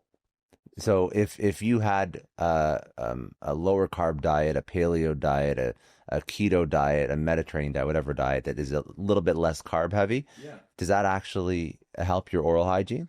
Well, yeah, because you'd have less residue on your teeth. But the other facet of it too is, what are you doing to keep the surfaces clean? So if you're eating stuff that is less sticky gooey sticking on your teeth, that's going to help, right? And then there's the component of brushing and flossing. And I get asked this question all the time. People are like, well, what's the best way to keep your teeth clean? I'm like, look, this is not a sexy recipe. Yeah. You know, you got to clean your teeth. And, you know, if you're going to be lazy about it, at least be strategic about it. Because the best time to do it is at nighttime. Okay, well, why is that? Because you're done eating at that point. Get all the crap off of your teeth. So when you go to sleep and your mouth is the least active, you have the most amount of protection because the residue that's in your mouth, like if you brush and floss in the morning, eat all day and go to bed at night, you got all this crud in your teeth, the bacteria like party, you know, because they have a food source now that they eat and they metabolize it and they secrete an acid, and the acid causes disruption to the health of the gums, and it also causes cavities. So, because it's burning a hole in the enamel, and then the bacteria go in and colonize and starts rotting your teeth. But if you don't have a food source for the bacteria to use to wreak havoc in your mouth, you're a step ahead of it. Okay. Also, your mouth is less active at nighttime. When the mouth is not moving, you're not generating as much saliva. Well, saliva has two functions. One, it's to coat your food so you can swallow it and you don't choke on it. And the second it's to bathe the surface of your teeth and gums, and it has protective enzymes in it that actually kill off the bacteria and help food from sticking on your teeth. But when your mouth is producing less saliva, you have less protection going on. So you want to have your mouth in a cleaner state at that point. What would be the best outside of brushing and flossing, and yeah, brushing and flossing at night? What are some other things that people can do? Like, think about mouthwash. Is that useful? How useful are electric toothbrushes versus regular? Do they make a huge difference? The different kinds of floss. You have like the regular floss, then you have the floss on the little plastic thing. So I don't think many people really know what they're doing. They're just kind of trying to do it all, and hopefully something works out. The different kinds of toothpaste do any of them do anything differently? Paying more for toothpaste. So all these different things. Can you like go through and tell people what's actually useful? Okay. I got to add one more thing first. Because you're talking about what the things that people can do to damage their mouth. People who walk around with a can, like La Croix, like these carbonated lemon waters, these are acidic. And I like that stuff. It tastes good. Yeah. But carbonated water has a lower pH, therefore it's acidic. And a lot of stuff that we eat that has sugars in it are acidic, lower pH. The lower the pH is in the mouth, now what you're doing is you're having an acidic environment, which can cause erosion of your tooth enamel, plain and simple, and make you prone for cavities. So that in itself, like people are like, well, I have to drink water all day. Good, drink water. It's good. It hydrates your mouth. It's healthy for you. But, dumping lemons in it is a really bad idea. Really, really bad idea. So hygiene maintenance, what works, what doesn't. Okay. Brushing and flossing, we talked about that. I have always said, sort of tongue in cheek, the best toothbrush and floss are the ones you actually use. I mean, that's kind of the crux of it. Technology has gotten so good with the Sonic toothbrushes that if you spend, $30 to $50, you'll get something that'll do way better than a manual toothbrush, and you can spend as much as $300-$400 on some of the fancy ones. I've seen them. Yeah. When I created my own toothbrush, I ran the other direction of not having all these buttons and lights, and now they have an app and all this stuff. And I thought it was a little overwhelming. Just using a toothbrush correctly, and one that has a sonic motor to it, the vibration of the bristles is what helps bust the plaque up off your teeth. So I do like the idea of having a sonic toothbrush over a manual one. Flossing, I'm kind of non-preferential in that department, because as long as you're using it effectively, a lot of people just go up and down real quick, and they don't go up and around the gum line, to get the stuff out. So manual dexterity actually plays a larger factor into the efficacy of flossing than the type of floss that you're using itself. Now, there's other aids that have been developed that can help it. You've probably heard of like a water pick and so forth, and you can hydro wash your teeth. And they work if you use it and get it in the crevice. One of the complaints people have about water picks is it's just messy. It sprays everywhere. And now there's this other device. It's called a Proclaim, where it's a custom fitted mouthpiece, and you put it in your mouth, and there's a little hose that connects to a 22-ounce canister of water in solution. And your teeth have been digitally scanned by the dentist, so the mouthpiece was custom fitted to you, and all the water ports line up with your exact crevices. So in 7 seconds, it blasts all the plaque off. And I've been using this. They actually sent me one to use, and it was really cool. And in full disclaimer, I actually invested in the company. It was that good? Yeah, I was like, this thing is awesome. So that's another entrepreneurial hat that I'm wearing now too. But it's a sign of just like how technology is taking, like it's like, really, floss is a string is the best thing that we have. And so I don't think Proclaim replaces floss, because if you got something wedged in there, you have to mechanically and manually get it out. But the residues that can get up around the gum line and under the gum line that people struggle with getting out with dental floss, things like Proclaim do a fantastic job helping solve for that. What about different kinds of toothpaste? Because there's toothpaste. Yeah. What is there? There's charcoal. Charcoal. Mm-hmm. Charcoal. But then there's just regular like levels of toothpaste. And then I've seen toothpaste that claim to remove plaque. I don't know if that's a real thing, or there's toothpaste that claim to fix cavities. Yeah. What do you think? The question about toothpaste is this. So I generally tell people I'm on team fluoride, and there's debate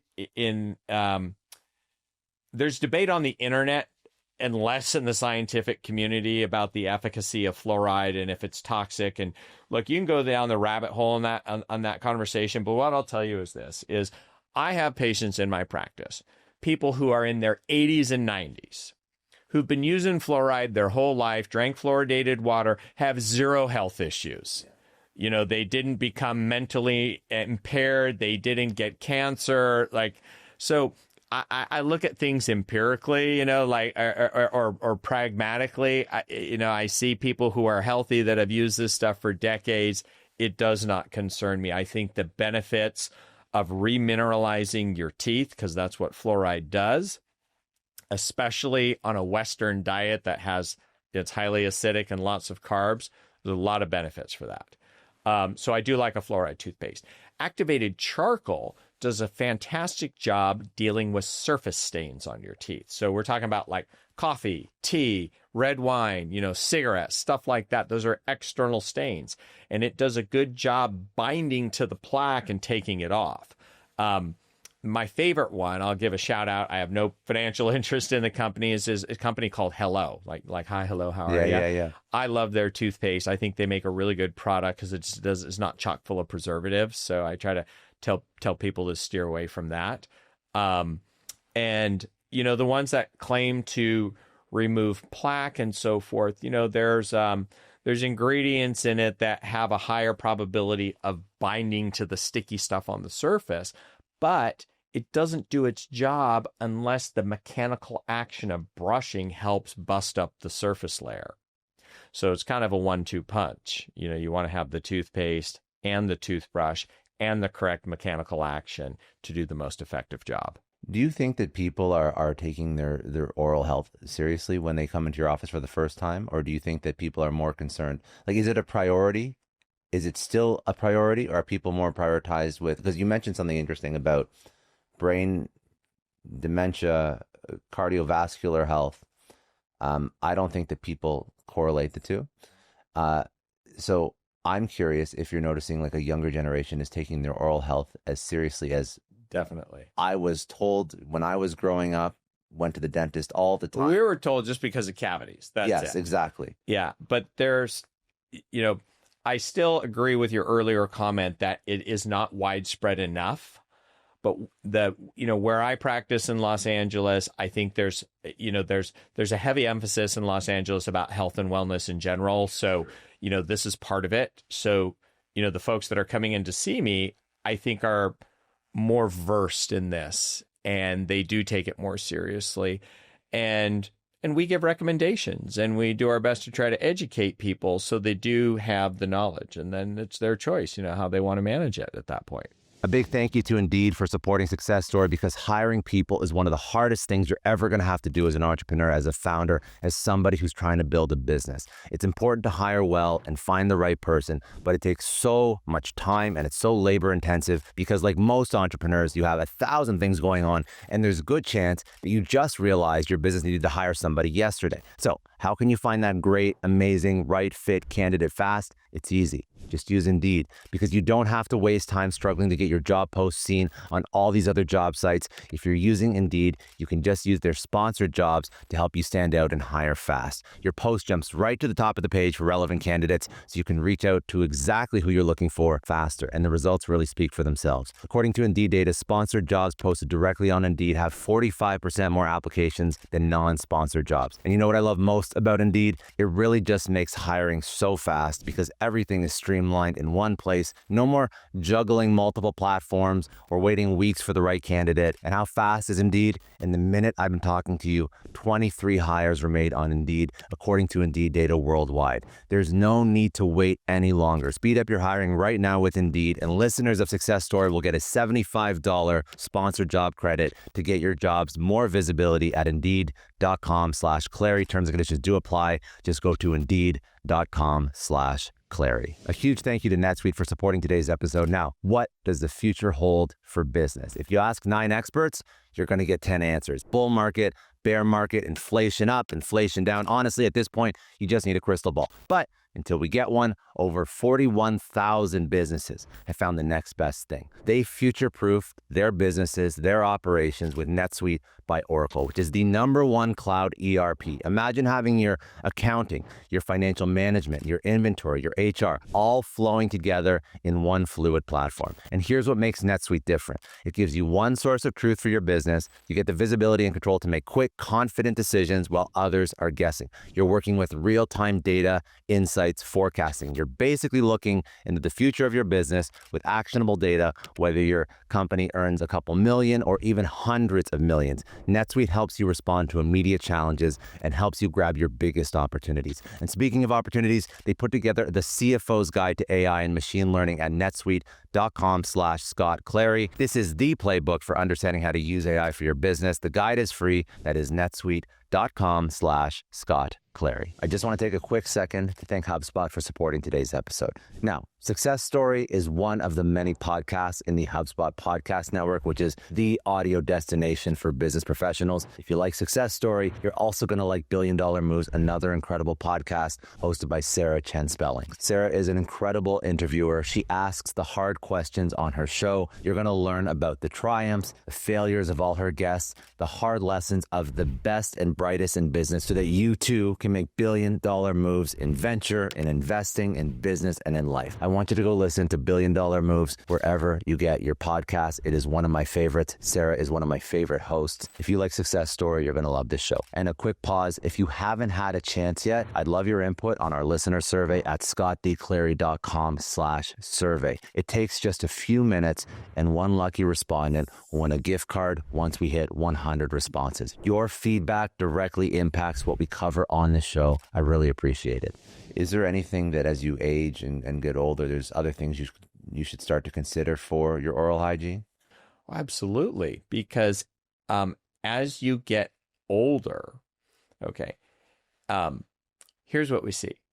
So for people who are not healthy as they get older, oftentimes they're on medications, and a lot of the medications that people take as they get older have the potential to have side effects to it. And one of the common side effects in a lot of medications is reduced saliva production, and that causes a condition called dry mouth. So now you take away your #1 defense system in the mouth, you don't end up with one cavity, you end up with a mouthful of cavities. So the benefits of being healthy and not being on medications is not just for your overall health, but your oral health too. No question about that. And when you look at somebody's, when you look in somebody's mouth, can you tell if they have other serious health conditions, like between the teeth and the tongue? Like, have you ever caught something or made somebody, aware of something that maybe they haven't been to the doctor in a couple of years and they should go? Yeah, fortunately in my practice, I don't see that often, and I think that's just a facet of the socioeconomic group that I'm taking care of, but you do see stuff. The scariest one to see is oral cancer, because oral cancer doesn't care if you're rich or poor. And unless you've seen it and you know how to recognize it, and sometimes, like, I've seen some oral cancer that have come in where it's just like you would have you would have saw it and said, "Hey, that doesn't look right." Yeah. But sometimes it's literally like a dot, and there could be saliva over it hiding it. So you have to look really careful, or you'll see like a papilloma. It's kind of like a papilloma is almost like a blister or a wart type of appearance, and it's way back in the palate, or in the throat. and that can be a precursor for a cancer. So you have to, it's like when you're looking with intention, like, I know it's there somewhere. Yeah. The certain laundry list of things, because it's about early detection for treating it. And I'm not an oral medicine specialist, but if I see something that looks suspicious, I always refer it out to the appropriate specialist to get a second opinion. And this is why that 3-month window is so important, because you're not going to go see your doctor every 3 months. You're not going to go see your GP every 3 months unless you have a condition. But if you have somebody who's educated enough to at least sort of raise a flag, I mean, that can save lives. Totally. That can save lives. When should people say somebody is not going to the dentist right now because in their mind they're thinking, well, my teeth don't hurt, so I'm fine. What is a thing that they should be concerned about when they look at their smile? So, if you're talking about the aesthetic component of it, because it's visual, looking at your smile, if your teeth are not straight, if they're not as white as they used to be, if you're seeing signs of damage on the edges, like busted up edges, which could have come from like teeth grinding or teeth clenching, things like that. These are the early warning signs like, hey, you might want to have some interception on this to keep it from running down the wrong direction. Yeah. Okay. And that's when you start to say, hey, I should go to a dentist. Yeah, I should go. Yeah. And, oftentimes... Because if you see something, if you notice something different, it's only going to get worse if you keep the same behaviors. When it hurts, it's already too late. And, I tell people, I said, look, my job is to never be known as Doctor, I told you so. Yeah. Like, I'm trying to, if here is everything looks good and here's, oh, shoot, what are we going to do now? I said, you know what? I'm going to do everything to keep you over here, no matter how much kicking and screaming you're going to do. You'll thank me that you didn't end up over in this side. I love it. Okay, I want to go back to sort of where you're at now in your life and sort of what's the future for you. And I think that one thing that I'm just curious about, because now I know that you're investing in a new company, so you're always trying to become you're always trying to get back into entrepreneurship. How do you manage pressure and stress of building companies while still maintaining the practice? Obviously, you have it down to a science to a degree. Why do you keep doing this to yourself when you don't have to? But also, how do you do it? So the how part is, it's 25 years of experience of doing it wrong and figuring out what works. But the shortcut to the front of the line that I would tell someone is the power of the word no. In order to do certain things exceptionally well, you have to be willing to say no to a whole lot of other things. So you can put your time and energy only on the things that matter. I wish I had been better at that earlier in my career. I probably wouldn't have had as much stress or, burnout or challenges along the way. But now with the gray hair and the maturity and the experience comes the ability to prioritize things in my life and not feel bad about being able to say no, or choosing to say no, rather, to the majority of things that come along, so I can focus on the things that matter. There's an art and a skill and a discipline to saying no. Outside of saying no, more on a day-to-day level, everyone sort of has their own practices or routines that sort of set them up for success. So again, when you do say no to a large amount of things that don't serve you, but you still say yes to some very cognitively draining and just time-consuming things that you have to manage throughout your day, your dental practice, your ventures, your businesses, and now some investments with the $1 billion exit. You have a whole portfolio, I'm sure, of things you take care of. What are some sort of daily practices and rituals that have served you really well? Well, I'd put that in two buckets, right? Because just to even have the stamina to do these things and the physicality, and then there's a mindset that's associated with it as well. To have a 1% life, it requires 1% behaviors. And I have prioritized in my life diet, sleep, exercise, and my mind as well. So, I sleep track at night to make sure that I get my minimum 7.5 hours. And with the exception of flying out to Miami, I had to get up at 4 o'clock yesterday to catch that flight and do that thing last night. But generally speaking, I'm very disciplined with making sure I get that sleep. And, we now know, I used to be I'll sleep when I'll die, when I die kind of guy. Squeeze out more work during the day. But we now know it's like after hour 6 and 7 where the body gets the benefits of the deep sleep and the REM to do all the repair to your body and then the detox to keep it healthy. And my diet, I'm 2.5 years in now I've always had basically a clean diet, but I do intermittent fasting now. And, I eat between 11 a.m. and 7 p.m. That's my window. And, the 16 hours that I'm not eating, it's that chance for the body to become more efficient in metabolizing fat instead of muscle and all the other good stuff that comes with it. And exercise, so you got to keep moving and being active. And I've had the same trainer for 19 years. Wow. I work out with him twice a week. And I still ride my skateboard.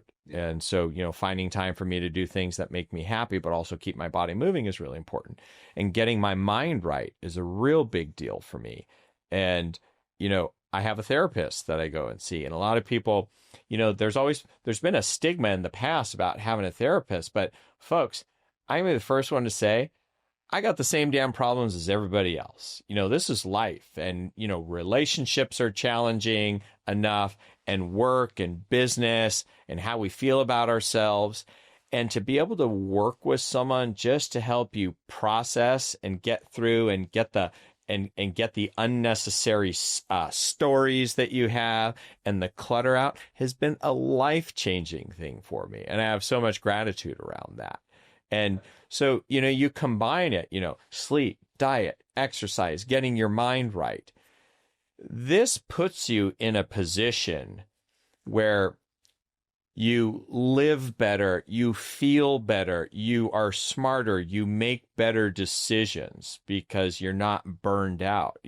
I showed at the conference I was speaking at last night, I have a slide in it, and it shows a picture of me at age 23 and a picture of me now. And at age 23, when I walked in the door at dental school, I had kind of like scraggly hair and I had braces and glasses. And I was smiling really big, and it's the most unflattering photo that you'll ever see of anyone. And I put that up on there, and I said, would you have bet on this guy right here? Because it's that bad. And everyone's laughing at it, and it's just such a horrible photo. I said, but the guy on the other side, this is John now. I said, he didn't go from here to here. It wasn't accidental. It wasn't my birthright either. Yeah.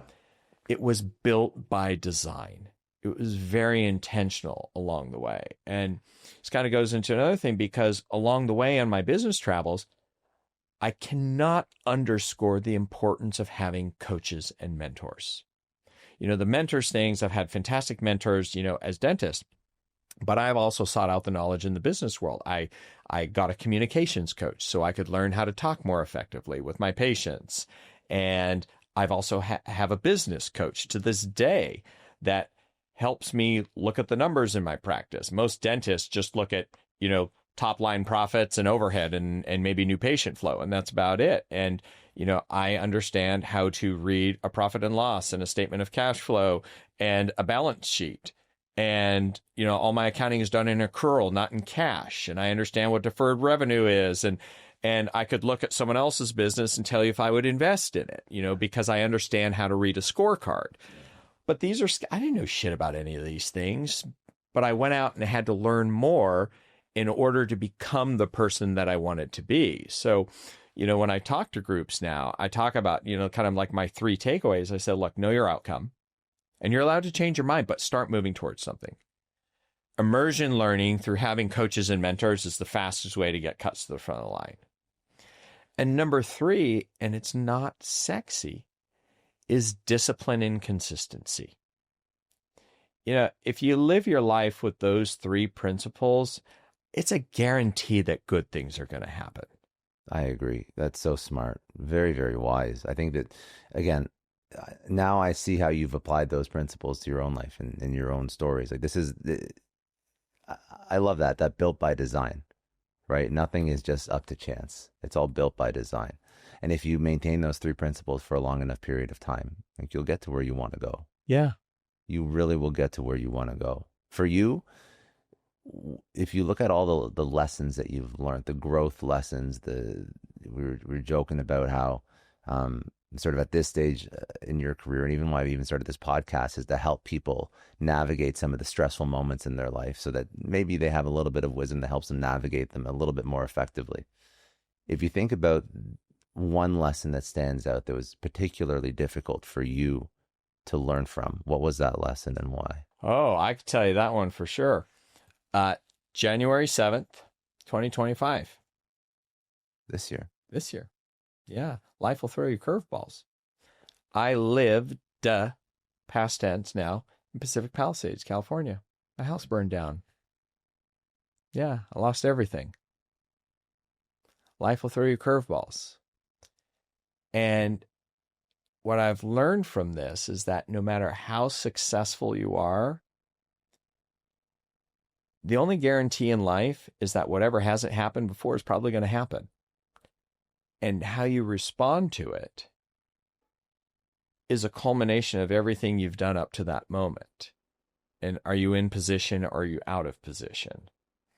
I mean, I didn't walk out of my house that morning thinking like, all right, well, it's nice seeing all this stuff. And, you know, that's not how I thought my day was going to start. But how my day ended, I was like, oh my God, like it wasn't just my house, it was the whole community wiped out. You know, that's actually the hardest part of this whole thing, is that your friends and your neighbors and your community is gone. I mean, it's not like you haven't seen a house burn down before, but multiple square miles, like they said, surface area wise, double the size of Manhattan burned down. And so you look around and you just see nothing. There was a fire that had happened 5 years prior in Malibu, and most of the community had to evacuate, and there were people that didn't have anywhere to go. And the day of the fire, I realized I'm homeless, and if I don't do something right now, I'm going to be homeless. Yeah. So by 8:30 the next morning, I signed a lease on an apartment that was furnished and pet friendly, because I knew with 30,000 people being displaced, there were not enough rentals between homes, apartments, condos that could support what the demand was going to be. Yeah. And so immediately, you know, I went from, you know, starting my day okay, I'm on top of the world, to like, okay, I am not on top of the world right now. And this wasn't a problem that money could solve, you know, and something like this. But being proactive instead of reactive is what allowed me to reorganize lightning fast and create safety for my family, you know, because I have a wife and two little girls. And, you know, the first couple of weeks was pretty rough. It was rough on every level because, you know, you've lost your community, you've lost everything. I mean, like when I left work that day, all I had was clothes on my back. That's it. Literally. That's it. Literally. So I stayed at a friend's house in Beverly Hills that night. And on the way over, I'm like, holy crap, I got to stop at the mall and go buy some socks and underwear. Yeah. So something I haven't done in a while. And I made a decision very early in this that I needed to live, not just exist. And what I mean by that is I have watched my whole community get devastated and watch friends of mine lose everything, and people from all different walks of life, people, you know, who are better off than me and people not as fortunate as me. And it affects everyone differently. Yeah. And what I saw was some folks who, you know, have it pretty good, and it rocked them to the core, and understandably so. But I was like, oh my God, I don't want to feel that way. I don't want to I can't let this run my life because, you can't change what happened, but what you can control is how you think about it. And so it was a very conscious decision for myself and for my family, like the show must go on. And so, the first few weeks, it was just kind of getting our footing again and just buying basic provisions and things like that and keeping my business going. And fortunately, like my business was the next town over. We thought it was going to burn down for a minute, but it didn't. I'm very, very grateful. So you kind of go from survival mode to like, okay, you know what? I just have a new set of problems that I got to deal with. That's it. This year, business wise, I had certain things that I wanted to do. And now I have to say no to them because I have to allocate time and resources because I'm building a house that I wasn't planning on building now. And so things like that. And so, life has thrown a curveball my way, but like I got two choices. I could be like, oh, woe to me and fuck and all this stuff. And no one would blame you. Yeah. And justified. And I could let it rot me to the core and eat at me. Or I could say, okay, this is the hand that was dealt. Now let's figure this out and move on. And I'm very thankful that, I have the resources to weather the storm. But the thing that really matters, in addition to that, I would say is the mental attitude. And, my mental attitude is predicated, it's like mental toughness, but it's predicated on these 1% behaviors and the discipline that I've had in my life. And it allows you to approach something this horrific with that same mental toughness. You have to. It'll destroy you otherwise. And, fortunately, most of the folks that I know, they want to rebuild. They want to come back to Pacific Palisades. They want to see this community flourish again. I'm not leaving Pacific Palisades. It's my home. And it's going to be like 10 years. I don't think it'll be 10 years. The government, which I'll give it some credit where it's due in this, my lots they already did the EPA testing, and that was phase 1. And phase 2, Army Corps of Engineers has already cleared out my lot. So all I need is a stamped set of plans and my contractor can start building. Is it okay health-wise to be, the ground is not ruined? Yeah, they did soil samples. The water's already been tested. And actually, this DWP, they've been flushing the lines for 2 months and they came out and said the water's fine. But I had it tested privately. Yeah. And I found this company that does like the highest trace level testing. Clear. Okay. Yeah. Okay. I mean, that's not an easy thing to go through. It isn't, man. It really isn't. I can't even imagine. Like, we always talk about like stressful things that happen in business. It's nothing. It's nothing because your home is your home. Your home is memories. Your home is there's emotion. If you have a bad day in business, it's not like. So worst, like in business, the worst thing that can happen is you go out of business or you die, but you can always start again, right? Well, if you don't die, yeah. If you don't die, you can start again. There's unlimited opportunity. Yeah. But it's hard to overcome the emotional connection that you have built with your house and your things and your memories. It's not business. It's not cold. It's like, it's something that is part of you that you can never get back. Yeah.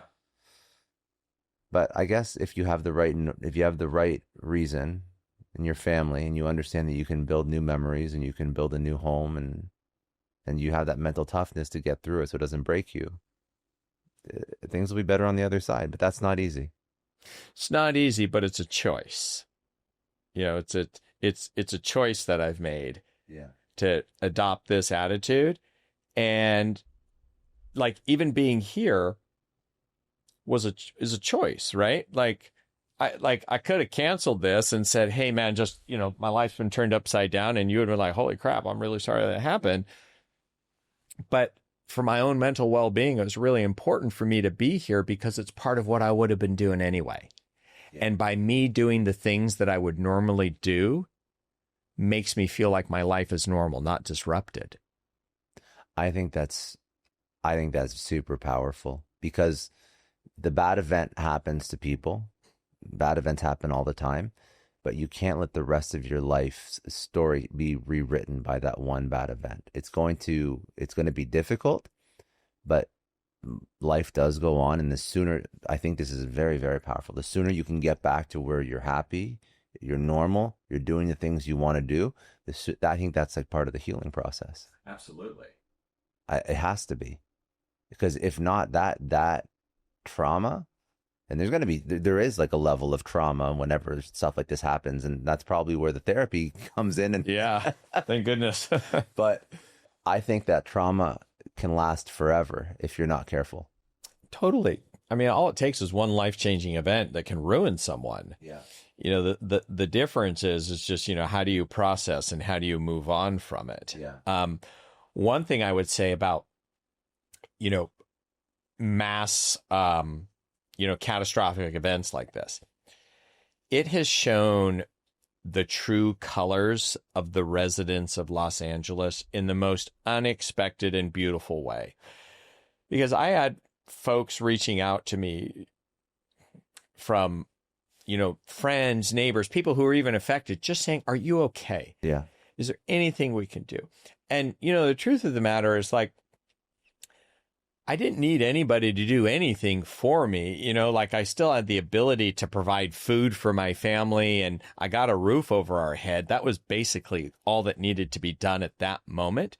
But it didn't stop people from reaching out repetitively. And what I found is just the outpouring of love and support from the community that you're receiving made you feel like, hey, I'm not alone in this. There's other people going through this too. Yeah. And I feel supported, and I'm going to make it through this. Is a huge part of it. I know that your whole life and business is in LA, but what makes you want to go back to that particular area that obviously has been a stressful area for fires again and again and again? Yeah. So Pacific Palisades, in my opinion, was the last of the Leave It to Beaver communities. It's very small, and it's very family driven, and you can walk everywhere in it, and it's a very, beautiful upscale area. Like, it's sort of like the Hamptons of the West Coast. Yeah. And, I've lived there for 15 years. And when I walk out my door there, I run into my friends and my neighbors and my patients. And so the community feel that you get from the people who are around you, and just, it's scenic like you wouldn't believe, because it's a coastal community, and it's right next to the ocean. It's 10 minutes from my office. I mean, just, most people think in LA, you got to drive 1 to 2 hours everywhere. And the trick to living anywhere is just having your life in a small radius. So I've been very blessed that home and work are so close to one another. And like I said, the people that are closest to me in my life, are my patients and friends, and we all live in the same area. And the disruption now is that we're all spread out like buckshot. Of course, yeah. So, people have moved to, Santa Monica, Brentwood, Beverly Hills, the South Bay. People have gone up to Santa Barbara, and just, we're all spread out. And because we don't intersect in that close proximity, you feel a hole in your heart as a result of it. That, like, where are my people? And we all want to get back. And that gives me hope. It gives me something to look forward to. Last night my wife and I were talking, and she goes, can I build my closet bigger this time? And, and it was so funny hearing that, because it was kind of like throwing a middle finger up to the tragedy. Yeah. And that's how I saw it. I was just like, hey, you know what? Like, if that's not making lemonade out of your lemons, like, I don't know what else is. Have any priorities in your life shifted since the fire? Totally. Yeah. Life throws you curveballs along the way. And this is like the biggest curveball that I've ever received, where, because things like this, like what happened to us here is like when you guys here in Florida get rocked by these hurricanes. Well, the other side, the Sarasota and basically the Gulf side of Florida has been demolished 2 or 3 times. Yeah. And it's like year after year, and you see these homes submerged and everything.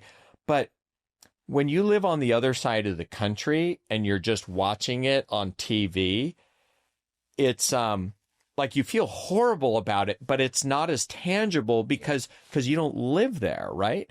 And then it happens to you and you're just like, oh my God. And you feel the fragility of things that you can't control in your life, right? Like how things can change like that. So, what's changed for me is twofold. One is that my priorities in 2025 have shifted because, like I said, there are things that I wanted to do business-wise and work-wise that I have to press pause because I got some family and life rebuilding to do. Yeah. And that's okay. And then the other thing I started thinking about for the first time too is, like, even after selling Byte, I've been like working hard and killing myself and grinding and everything like that. And I told you earlier, I said, I never see myself not working, but I started thinking about like, well, how many hours do I really want to work? And should I be spending more time doing things that I enjoy than I currently do? Yeah. And, just so for me, that's a really tough conversation because I love working. And then I started thinking about like, maybe I do work too much. Do you think you work too much? I don't know. They say it's not work if you enjoy doing it. And I smile when I talk about it. That's how much I enjoy doing it. But so what I would say is I'm having conversations with myself that I haven't had before. And the main reason before is because I was just too immersed in what I was doing. And maybe even when I was younger, I was too afraid to have conversations because you're sort of in the building and acquiring stage of your life. Yeah. And, like when you lose your house and everything you own, and I've been very blessed because, like I have nice things or had in the past tense. And, now all my worldly belongings fit in a duffel bag. Yeah. And you realize very quickly, like, I really don't need that much to live. It's nice having all the other stuff. And even my wife and I were kind of joking, like, because I like clothes and fashion. I had a lot. I'm like, I'll probably buy less clothes this next go around. And, maybe the trade-off will be just buying like nicer clothes that better quality that last longer and so forth. But, do I really need 12 pairs of jeans, yeah. At this part? So, you start thinking about consumption and how much you need. And there's a trickle effect to that too, because it ties into, well, how big of a house do I want this time? And how many cars do you really need? And maybe I want to have more time for traveling. And so I'm examining these now because of this traumatic episode that's happened. And I don't have answers for it yet. It's probably going to be work in progress, but it's the first time that I'm having these conversations and I'm like, hey, you know what? These might be some cool things to explore. I think that a lot of people, if they don't have this major life event, they'll make money, they'll be lifestyle creep, and they won't even think about what they're spending money on and if they actually, why they're making those purchases, right? Yeah. I think that happens to everybody. Lifestyle creep is dangerous. It doesn't matter how much money you have because the tendency is to always sort of, get to that next thing, whatever that is. And it's very easy to spend more money. Mm-hmm. It's always very easy to spend more money, but it makes you reevaluate. Like maybe you don't need all the stuff, and maybe it does make sense to travel more and enjoy more experiences. And maybe instead of working 80 hours a week, even if you love it, maybe the family is like, I wouldn't mind if you spent another 10 hours, with us throughout the week to do stuff. Yeah. Just be present. Be around. Yeah. I hope that people ask themselves these questions without having to go through what you went through. Oh, well, there's an easier way to get to that answer or those questions rather. Yeah. You don't have to lose everything to do it. Yeah, exactly. You do it more strategically. How is I like to understand, you've gone through over your life a huge identity evolution. You have evolved since that kid embraces to where you're at now. How has your definition of success changed over your life? Massively. When I was younger, as a kid, it's funny, like one of the motivators for me when I worked at the grocery store in high school, I was a bag boy at the grocery store. And in the summers, I'd work there 48 hours a week. And, you help people take their groceries out to their car. And I would, put the groceries in. People had like really nice cars. We didn't have one. I always liked cars. And so for me, it was kind of this motivator, like one day I'm going to have a really nice car. And so, it was a motivator, and there was an element of the pursuit of success and things, right? And I realized if I worked hard, I could have things, and I could be successful professionally.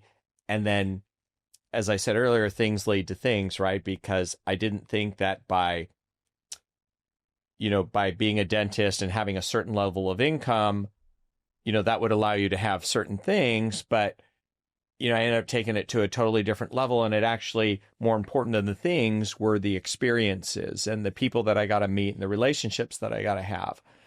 Well, the evolution of it came from my friend Jeff Siebold. That's my banker friend that I told you. And he was the guy who said to me, success is not about having the most amount of money. It's about doing what you want, when you want, with whom you want.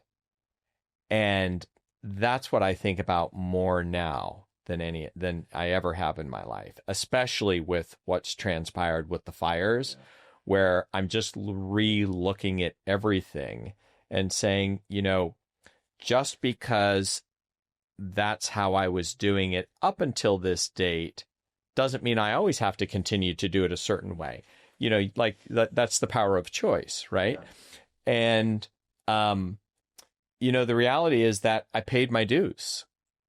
I'm very aware of that. Like I paid my dues, I did the grind, and I wouldn't have changed it for anything. Like if you said I had to go back and redo, maybe there's some things and mistakes that I made that I could have avoided and done more efficiently, but the effort that I put into it and the intensity, I would not have traded that. I wouldn't have traded in the sacrifices and all of that. I think it was worth it.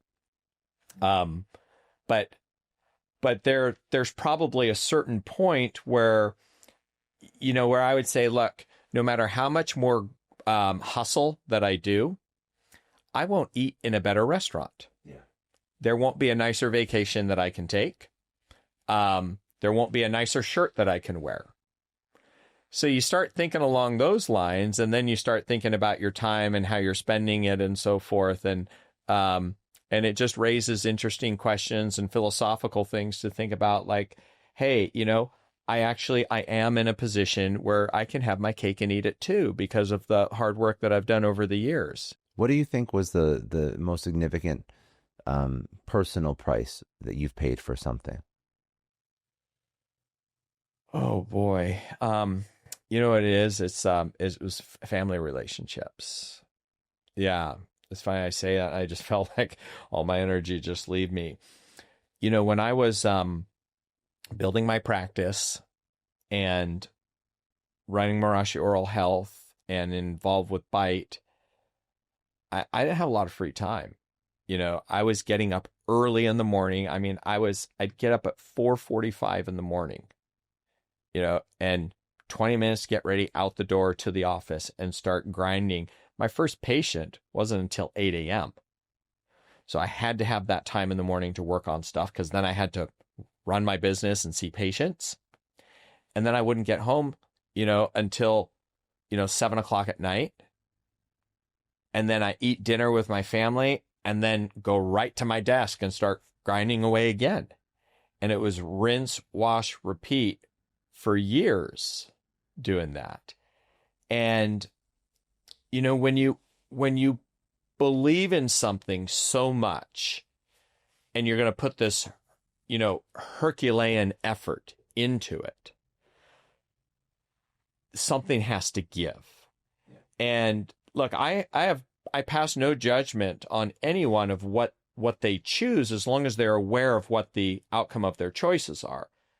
And in doing this, the outcome during that time was that relationships suffer. My kids were this big at the time. So how I justified it to myself was they won't remember. They're too little. They won't remember that dad wasn't around. And, like marriage isn't easy. And, me not being around and being able to help raise, and, I was a good provider, but I don't think I was a good husband during that time because I wasn't around, and I'm tired and stressed and irritable. And, the one thing I would say, to her credit, my wife, is that she never said, stop doing this. She knew how important this was to me, and that part of my drive in doing this was to give my family, a life different than what I had growing up. And, you win some and you lose some. And there was no guarantee that all this effort that I was going to put into it was even going to work. Yeah. And so I'm glad that it did. And as a result, I've been able to give my family this really beautiful life. And I'm still young enough and healthy enough now, to partake in it. And, back to your original question about, how do catastrophic events change you, is I think that this long-winded answer is I want to be a more frequent participant with all of it. Yeah. It's interesting how, a couple thoughts. I see this a lot where, first of all, I do agree that for seasons of life, there has to be imbalance. If you're going to build anything enormous, there does have to be imbalance.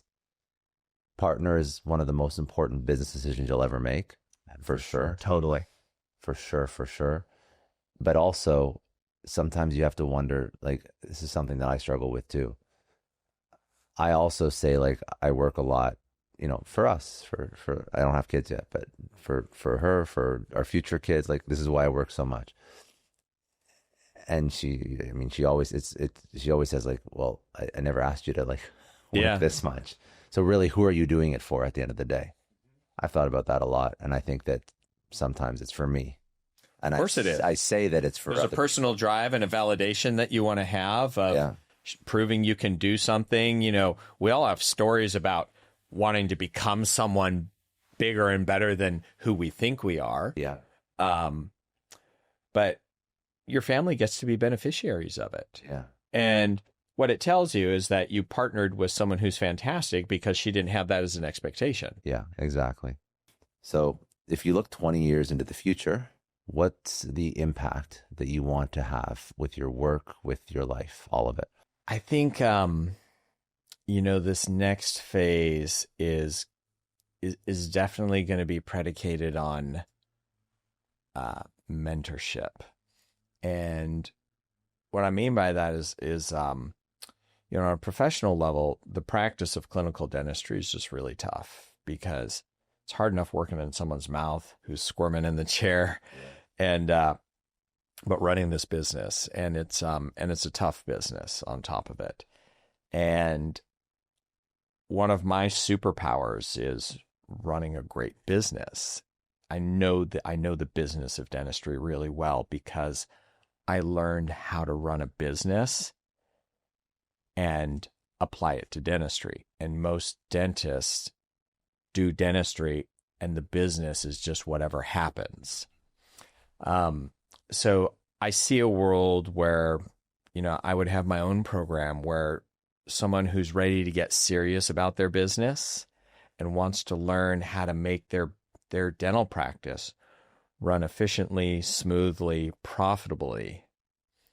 That's exciting to me. I know there's a demand for it.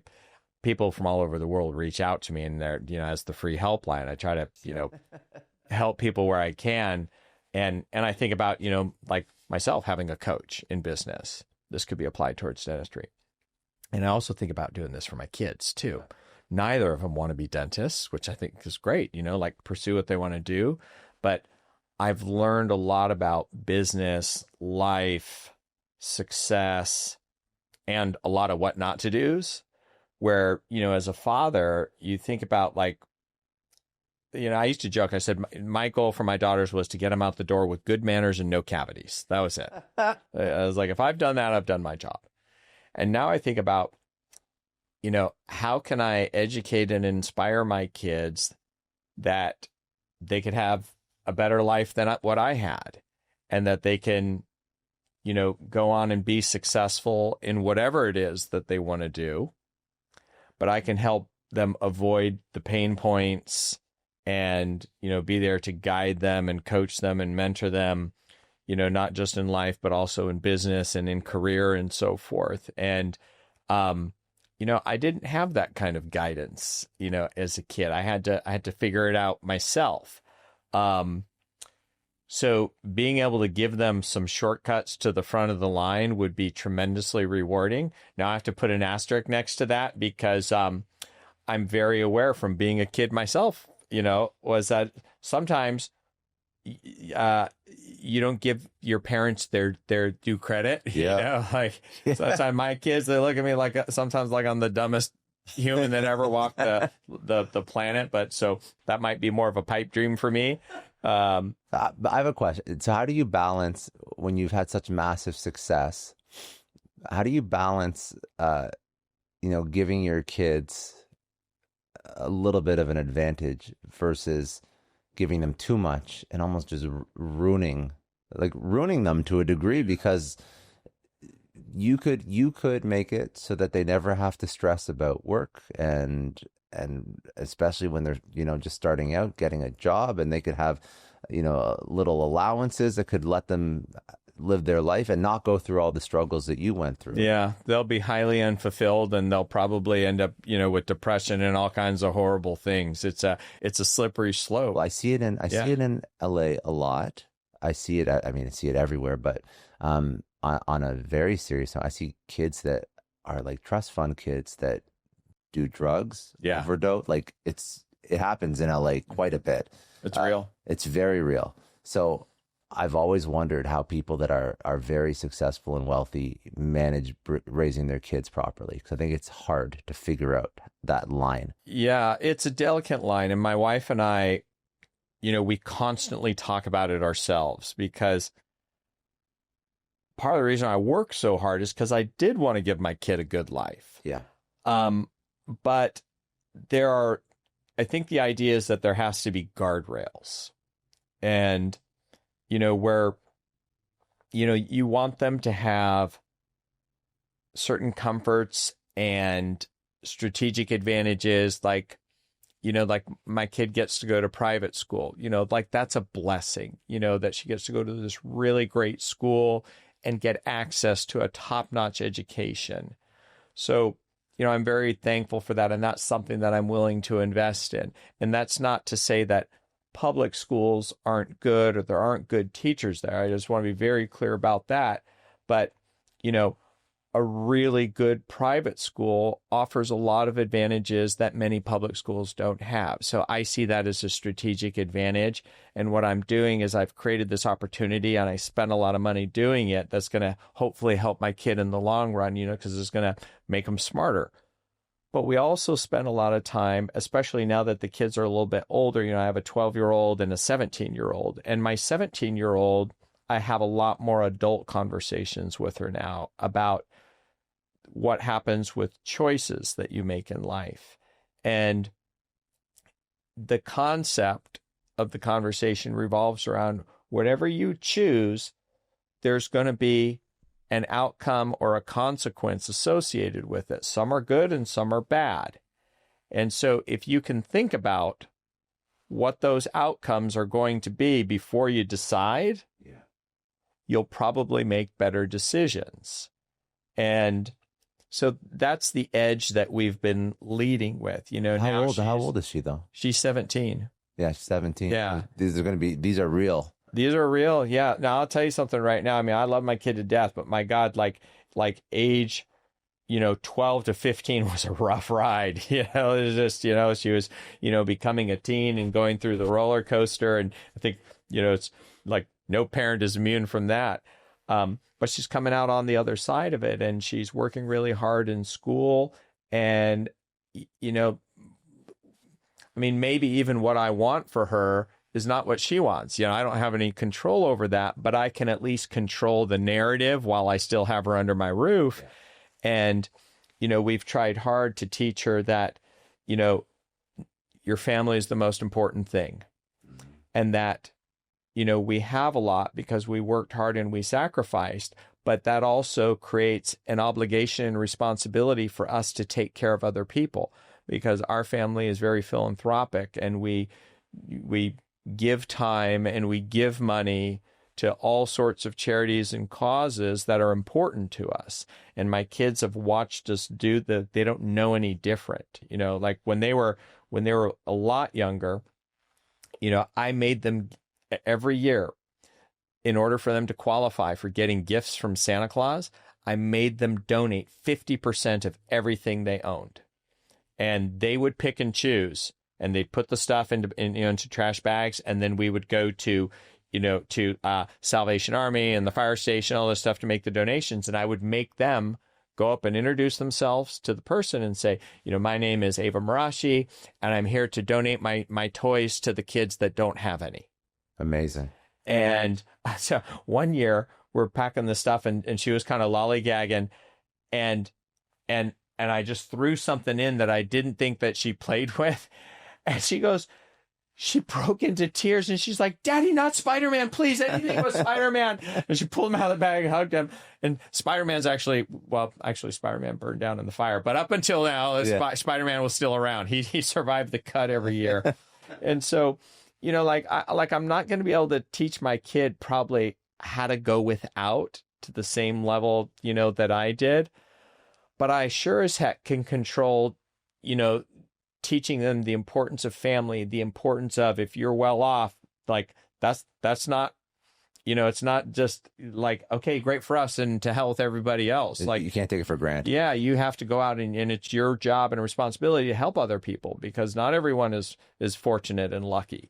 So that's a big part of, the parental philosophy that we have. And you talk about trust funds and so forth. And personally, I think that, too much too early is a bad thing. Yeah. So, you have to kind of be careful about how much and when, and try to set your kid to the expectation of, if you want to live your life like how you've lived it thus far, then you're going to need to work hard to have, the type of career that will afford you that type of life. And that's going to affect the choices that you make of how you study and college and jobs and so forth. Very, very good. I think listen, there's a lot of ways to screw up parenting. I don't know how to do it. I don't have kids of my own. But I'm incredibly scared of messing that up. And I think that some of these ideas of keeping them accountable, helping them understand that, money can never be taken for granted. Just because you have it doesn't mean everybody has it. You have to work for this, and sort of not giving them too much too young. I think that's a good formula. At least it sets them up on the right path. Well, you try. I mean, I've probably screwed them up 100 other ways, but like every other parent. If you think about something that you know now, that you wish you knew when you first started your career, could be a life lesson, could be a business lesson, could be a dental lesson, doesn't matter. What would that thing be? What thing stands out when I say that? I think what stands out to me is that in the height of all the chaos, whether it's your personal life or professional life or outside events that have, caught you off guard, it's going to be okay. Generally speaking, unless you have like a terminal health illness, generally speaking, it's going to be okay. If you work at it and you keep plugging forward, things do have a way of working out. And in hindsight, most of the things that caused you the greatest amounts of stress and pain, and you look back on them, you're like, yeah, that sucked, but it wasn't as bad as I thought it was going to be. And, that's what I would tell my younger self. Easier said than done, but it gives you a little, wisdom and perspective moving forward for dealing with hard times, hard things, hard challenges, that you don't have to let it eat at you, to the same level. If people want to connect with you, first of all, where do you want to send people so they can sort of outside of coming to your office and getting their teeth done? Like, are you going to work on anything in the future? Any new companies, book, podcast? What are you putting out into the world that people can consume? I mean, right now it's what we're doing. I'm doing like a lot of speaking engagements and podcasts. Yeah. Talking about this very thing. The title of my presentation last night was "From Broke-Ass Dental Student to Dentist to the Stars to $1 Billion Exit." That's a good title. It's a good hook for, if you're a dentist, I suppose. And so this is where I'm at the moment, outside of my clinical practice, and is having these speaking opportunities. And I'm the keynote speaker for this big the statewide dental convention here in Florida. Not this year. They booked me a year in advance, so I'll come back in 2026 Amazing. for that, which is kind of neat. And then, I connect with people a lot on social media too. I have a nice following, and it's fun to storytell, if you will, through that medium, because it's just, on my page, it's more than just teeth. So. What's your Instagram? That's your main one? Yeah. What's your handle? Yeah, it's at Dr. Jon Marashi. So DrJonMarashi. Amazing. Last question I like to ask. Out of all the things that you've sort of learned over your career, you've sort of given over a whole bunch of wisdom and lessons. If you had to pick one thing, you only had to pick one, you can only pick one thing that you can teach over to your kids, the most important lesson, what would that lesson be and why? Yeah. Raise your standards. If you hold yourself accountable to standards higher than anyone else could hold you to, stuff works out. You usually come out on top. Things will happen. You'll do far greater things than you even thought was possible. You'll get in less trouble. I love it. I've never had that answer before. That's an amazing answer. Thank you so much. I appreciate you for coming on.